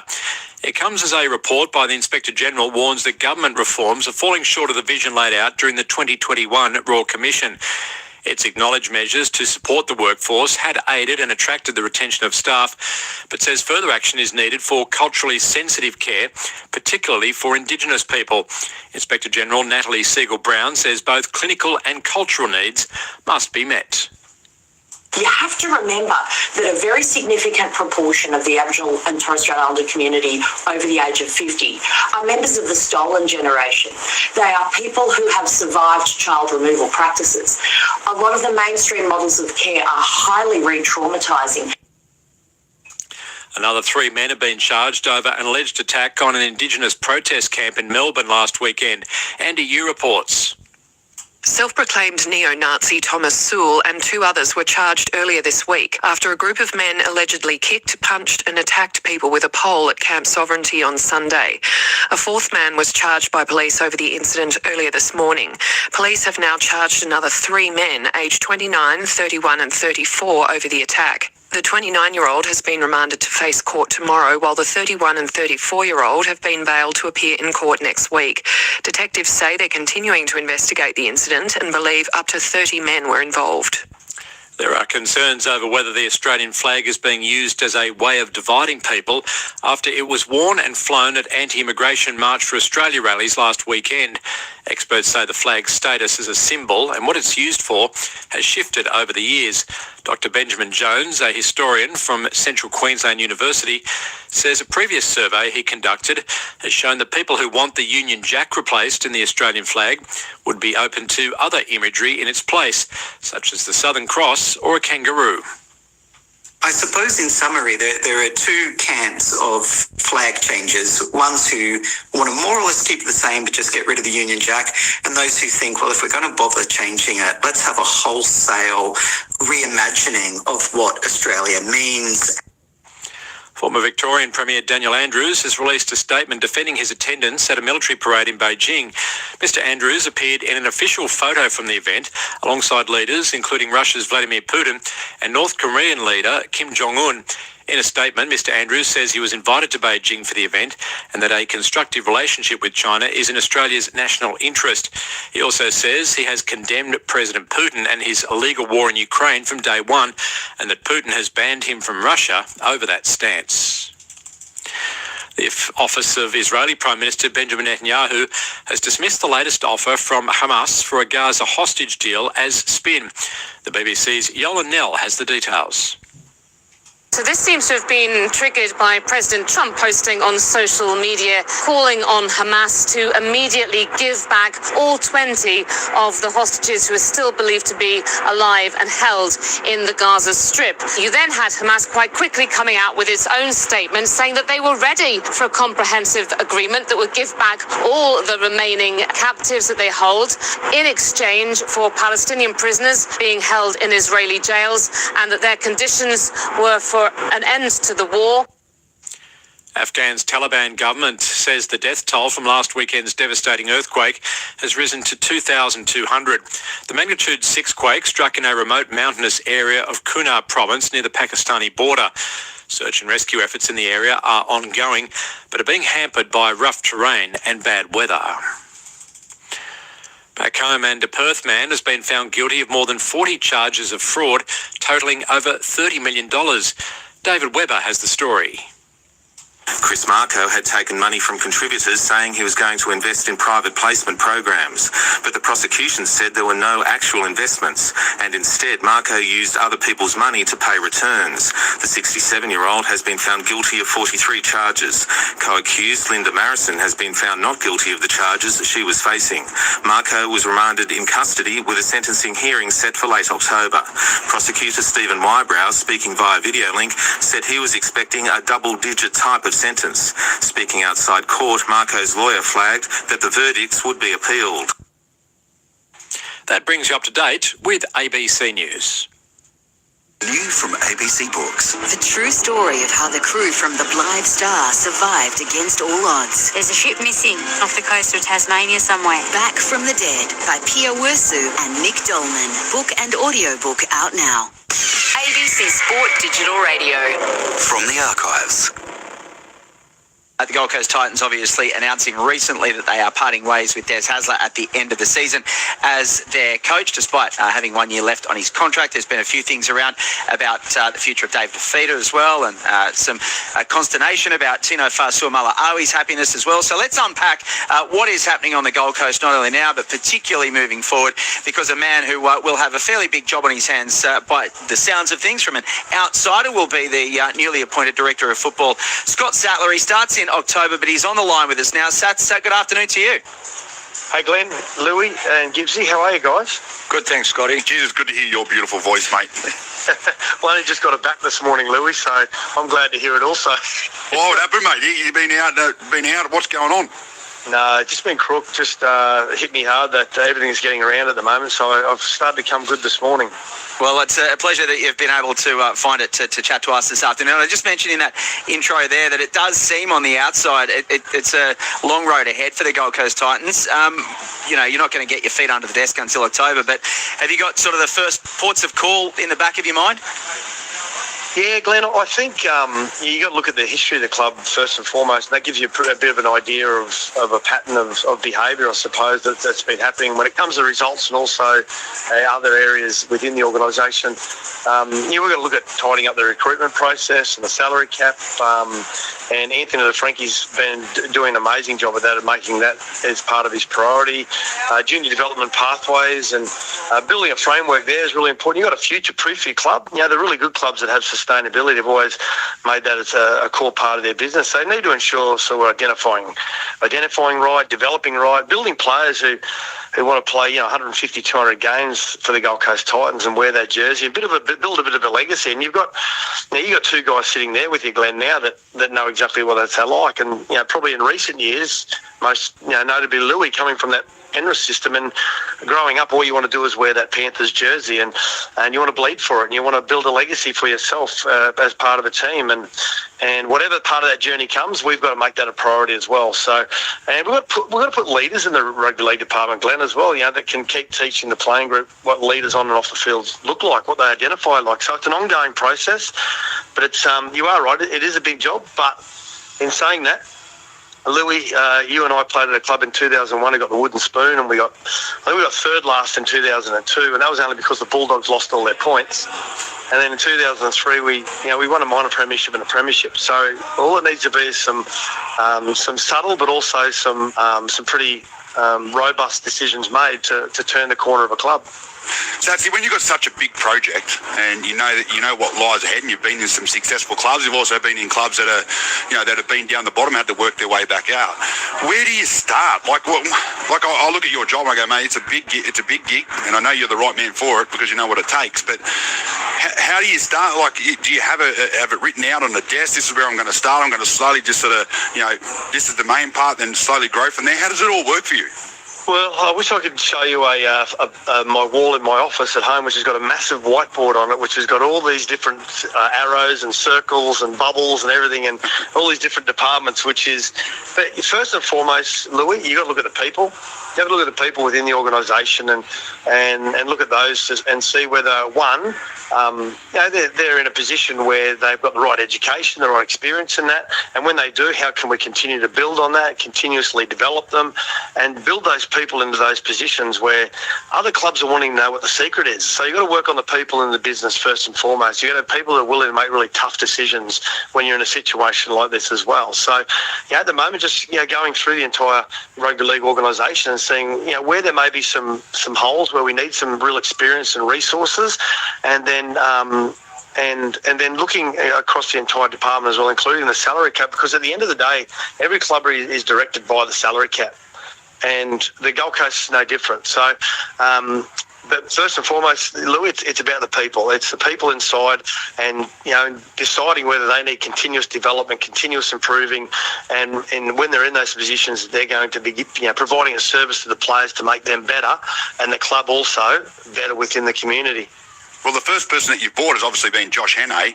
How much involvement did you have with him and have a chat to him about the direction you guys want to go? Well, that had to be brought forward, to be quite honest, because the owners, the Frizzell Group, and Dennis Watt, their chairman as well, and Steve Mitchell have been really collaborating and communicating well amongst themselves, and with Des going through to the end of next year, and I know they had that clause sitting in their favour about finals, but they've always said publicly they wanted to do what's right for the club and ensure that if Des has to go through 2027, they decide whether there's anything after that or they need to look at other options. So there has been quite a big process. A lot of people seem to think this is just a decision that's been made overnight, but there has been a lot of research and due diligence done into who the next coach would be if Des was not going to be there at the end of 2026. Now, you've got to be empathetic towards anyone that unfortunately loses their job with Adam and Des, and we do romanticise with the game, and we know that people's lives get hurt in these situations. But the Frizzells felt as though that decision had to be brought forward 12 months, and now that they've made that decision, the research into Josh was quite significant, and some other very good candidates as well. And Josh is at the stage of his career, and Louis, you've got a fair bit to do with the Sharkies where you guys are today at Shark Park, and I think the thing that stood out the most when talking to some players that have been coached by Josh, or staff that have coached with Josh, and these are people including Billy Slater and a lot of those key players in the Queensland side and Cronulla players. They've all said his communication and connection and his astuteness around the game is quite remarkable. So he's ready for the next jump. So we can say as much as we want, guys. We just got to put it into action. The other one for me, just with now, I'm assuming you've probably got a list on how you want your squad to look over the next sort of 3 to 5 or whatever years going ahead to make sure you get the perfect squad on the field. Did you have a sit down with Josh Hannay and talk about David Fifita and where you think he lies with your club? No, we haven't discussed it at the moment because Anthony LaFranchi's been doing a great job at just keeping those ongoing discussions going when it comes to Dave. And the club has always said, even before I was there, they've always said they don't talk about recruitment or retention. But because of Dave, he's always a figure that people are really interested in his career, and they're just ongoing. And the only thing about that, Louis, is that we are governed by a salary cap. Every club is, and where people sit in that salary cap. When you look at year 2, year 3, year 4 moving ahead, and trying to future-proof the plate. But in saying that as well, I'm a huge Dave Fifita fan, Louis. Whether he's at the Gold Coast Titans, whether he's at South Sydney, whether he's at any other club, whatever it may be, I just always want to see Dave smiling, because when he's smiling, he's enjoying his footy. It means he's enjoying his training. It means he's not injured, and it means he's playing really good footy. And we all sit back as rugby league fans and we go, how destructive is this guy? So those discussions are ongoing, and it's about finding out where David is going to be happiest playing his rugby league. Sat, your alpha male is Tuna Fasamalawi, and there's obviously been lots of discussion about his future too. Are you confident that he will be staying at the Titans long term? He's got a 10-year deal, hasn't he? He has got a 10-year deal, Gibbsy, but he's got some clauses in there that fall in his favour as well. And they're not ideal as a club, but he's got every right to activate those as well. But with Tino, I am confident that we can keep him to the club. I am confident that he loves living in southeast Queensland. He lives close to the facility. His in-laws are close by. His mum and dad are close by as well. He's always wanted his kids to be in his parents' life, their grandparents' life. And a lot of those emotional attachments, they connect with a player and they stay embedded in a player. So with Tino, I'd like to think his relationship with Josh as well at Origin level, which along with some other Queensland players that have spent time with Josh, is a really positive and impressive one. I feel as though that not only Tino, but also the other players around him that haven't had this sort of, they've had this uncertainty and not so much clarity around them, and all this noise around what's happening with Des and what's going on with Tino, and it hasn't been great for the playing group. So I think all they need to know is there's a little bit of clarity moving forward, making sure the decisions are being made are in the best interest of the club, and they feel as though that it's in the best interest of them individually that they're going to be better rugby league players for whatever reason. So with Tino and the playing group, I feel as though some of the decisions have been made are heading in the right direction. You got to give clarity for the decisions. You got to communicate the reasons why, and then coach the players who want to change the narrative around your club as well. So that's really important. Yeah, and certain constraints around the current personnel. So therefore, going forward as a generational thing, you've been around this game long enough to know you have to have all of these youngsters coming through. You've got a great nursery up there. I've called lots of schoolboy footy. I know how strong the Gold Coast and that whole region is. But some of your good players tend to get cherry-picked from other clubs. Now, how do you combat that? Again, you've just got to give the parents and agents in some cases, but most importantly the parents. You've got to give the parents, again, I'll use that word clarity, is that the future of the club is something that's going to be really solid and robust, and it's going to be in the best interest of their child, that they're going to be developed. Now, we've got some great ideas moving forward around that space, and I feel as though the players are going to have some real good connection to some players that have only recently retired that have the ability to have that specific coaching. That's really important. Now, when you're a one-team town, it's completely different to Sydney clubs. You can get sort of caught up in every other club, and they all take the pressure off each other. But when you're a one-team town, the connection with the community is really important, and that includes your schools. And you can't actually attach yourself to one individual school because it shuts out everyone else. So, but you've got to have a real presence around those anyway. Kebra Park have got a really good relationship with South Sydney. and they've done a great job, South Sydney, getting in there. But that doesn't mean that every player is going to go to South. We've just got to ensure that we're sending out the right messages, proving to parents that if the future of their kid is to stay at home and play rugby league and NRL for the Gold Coast Titans, we're going to prove to them that again, they want to be 150 and 200 gamers, and we're not seeing them playing Broncos jerseys, Melbourne jerseys, Dolphins jerseys.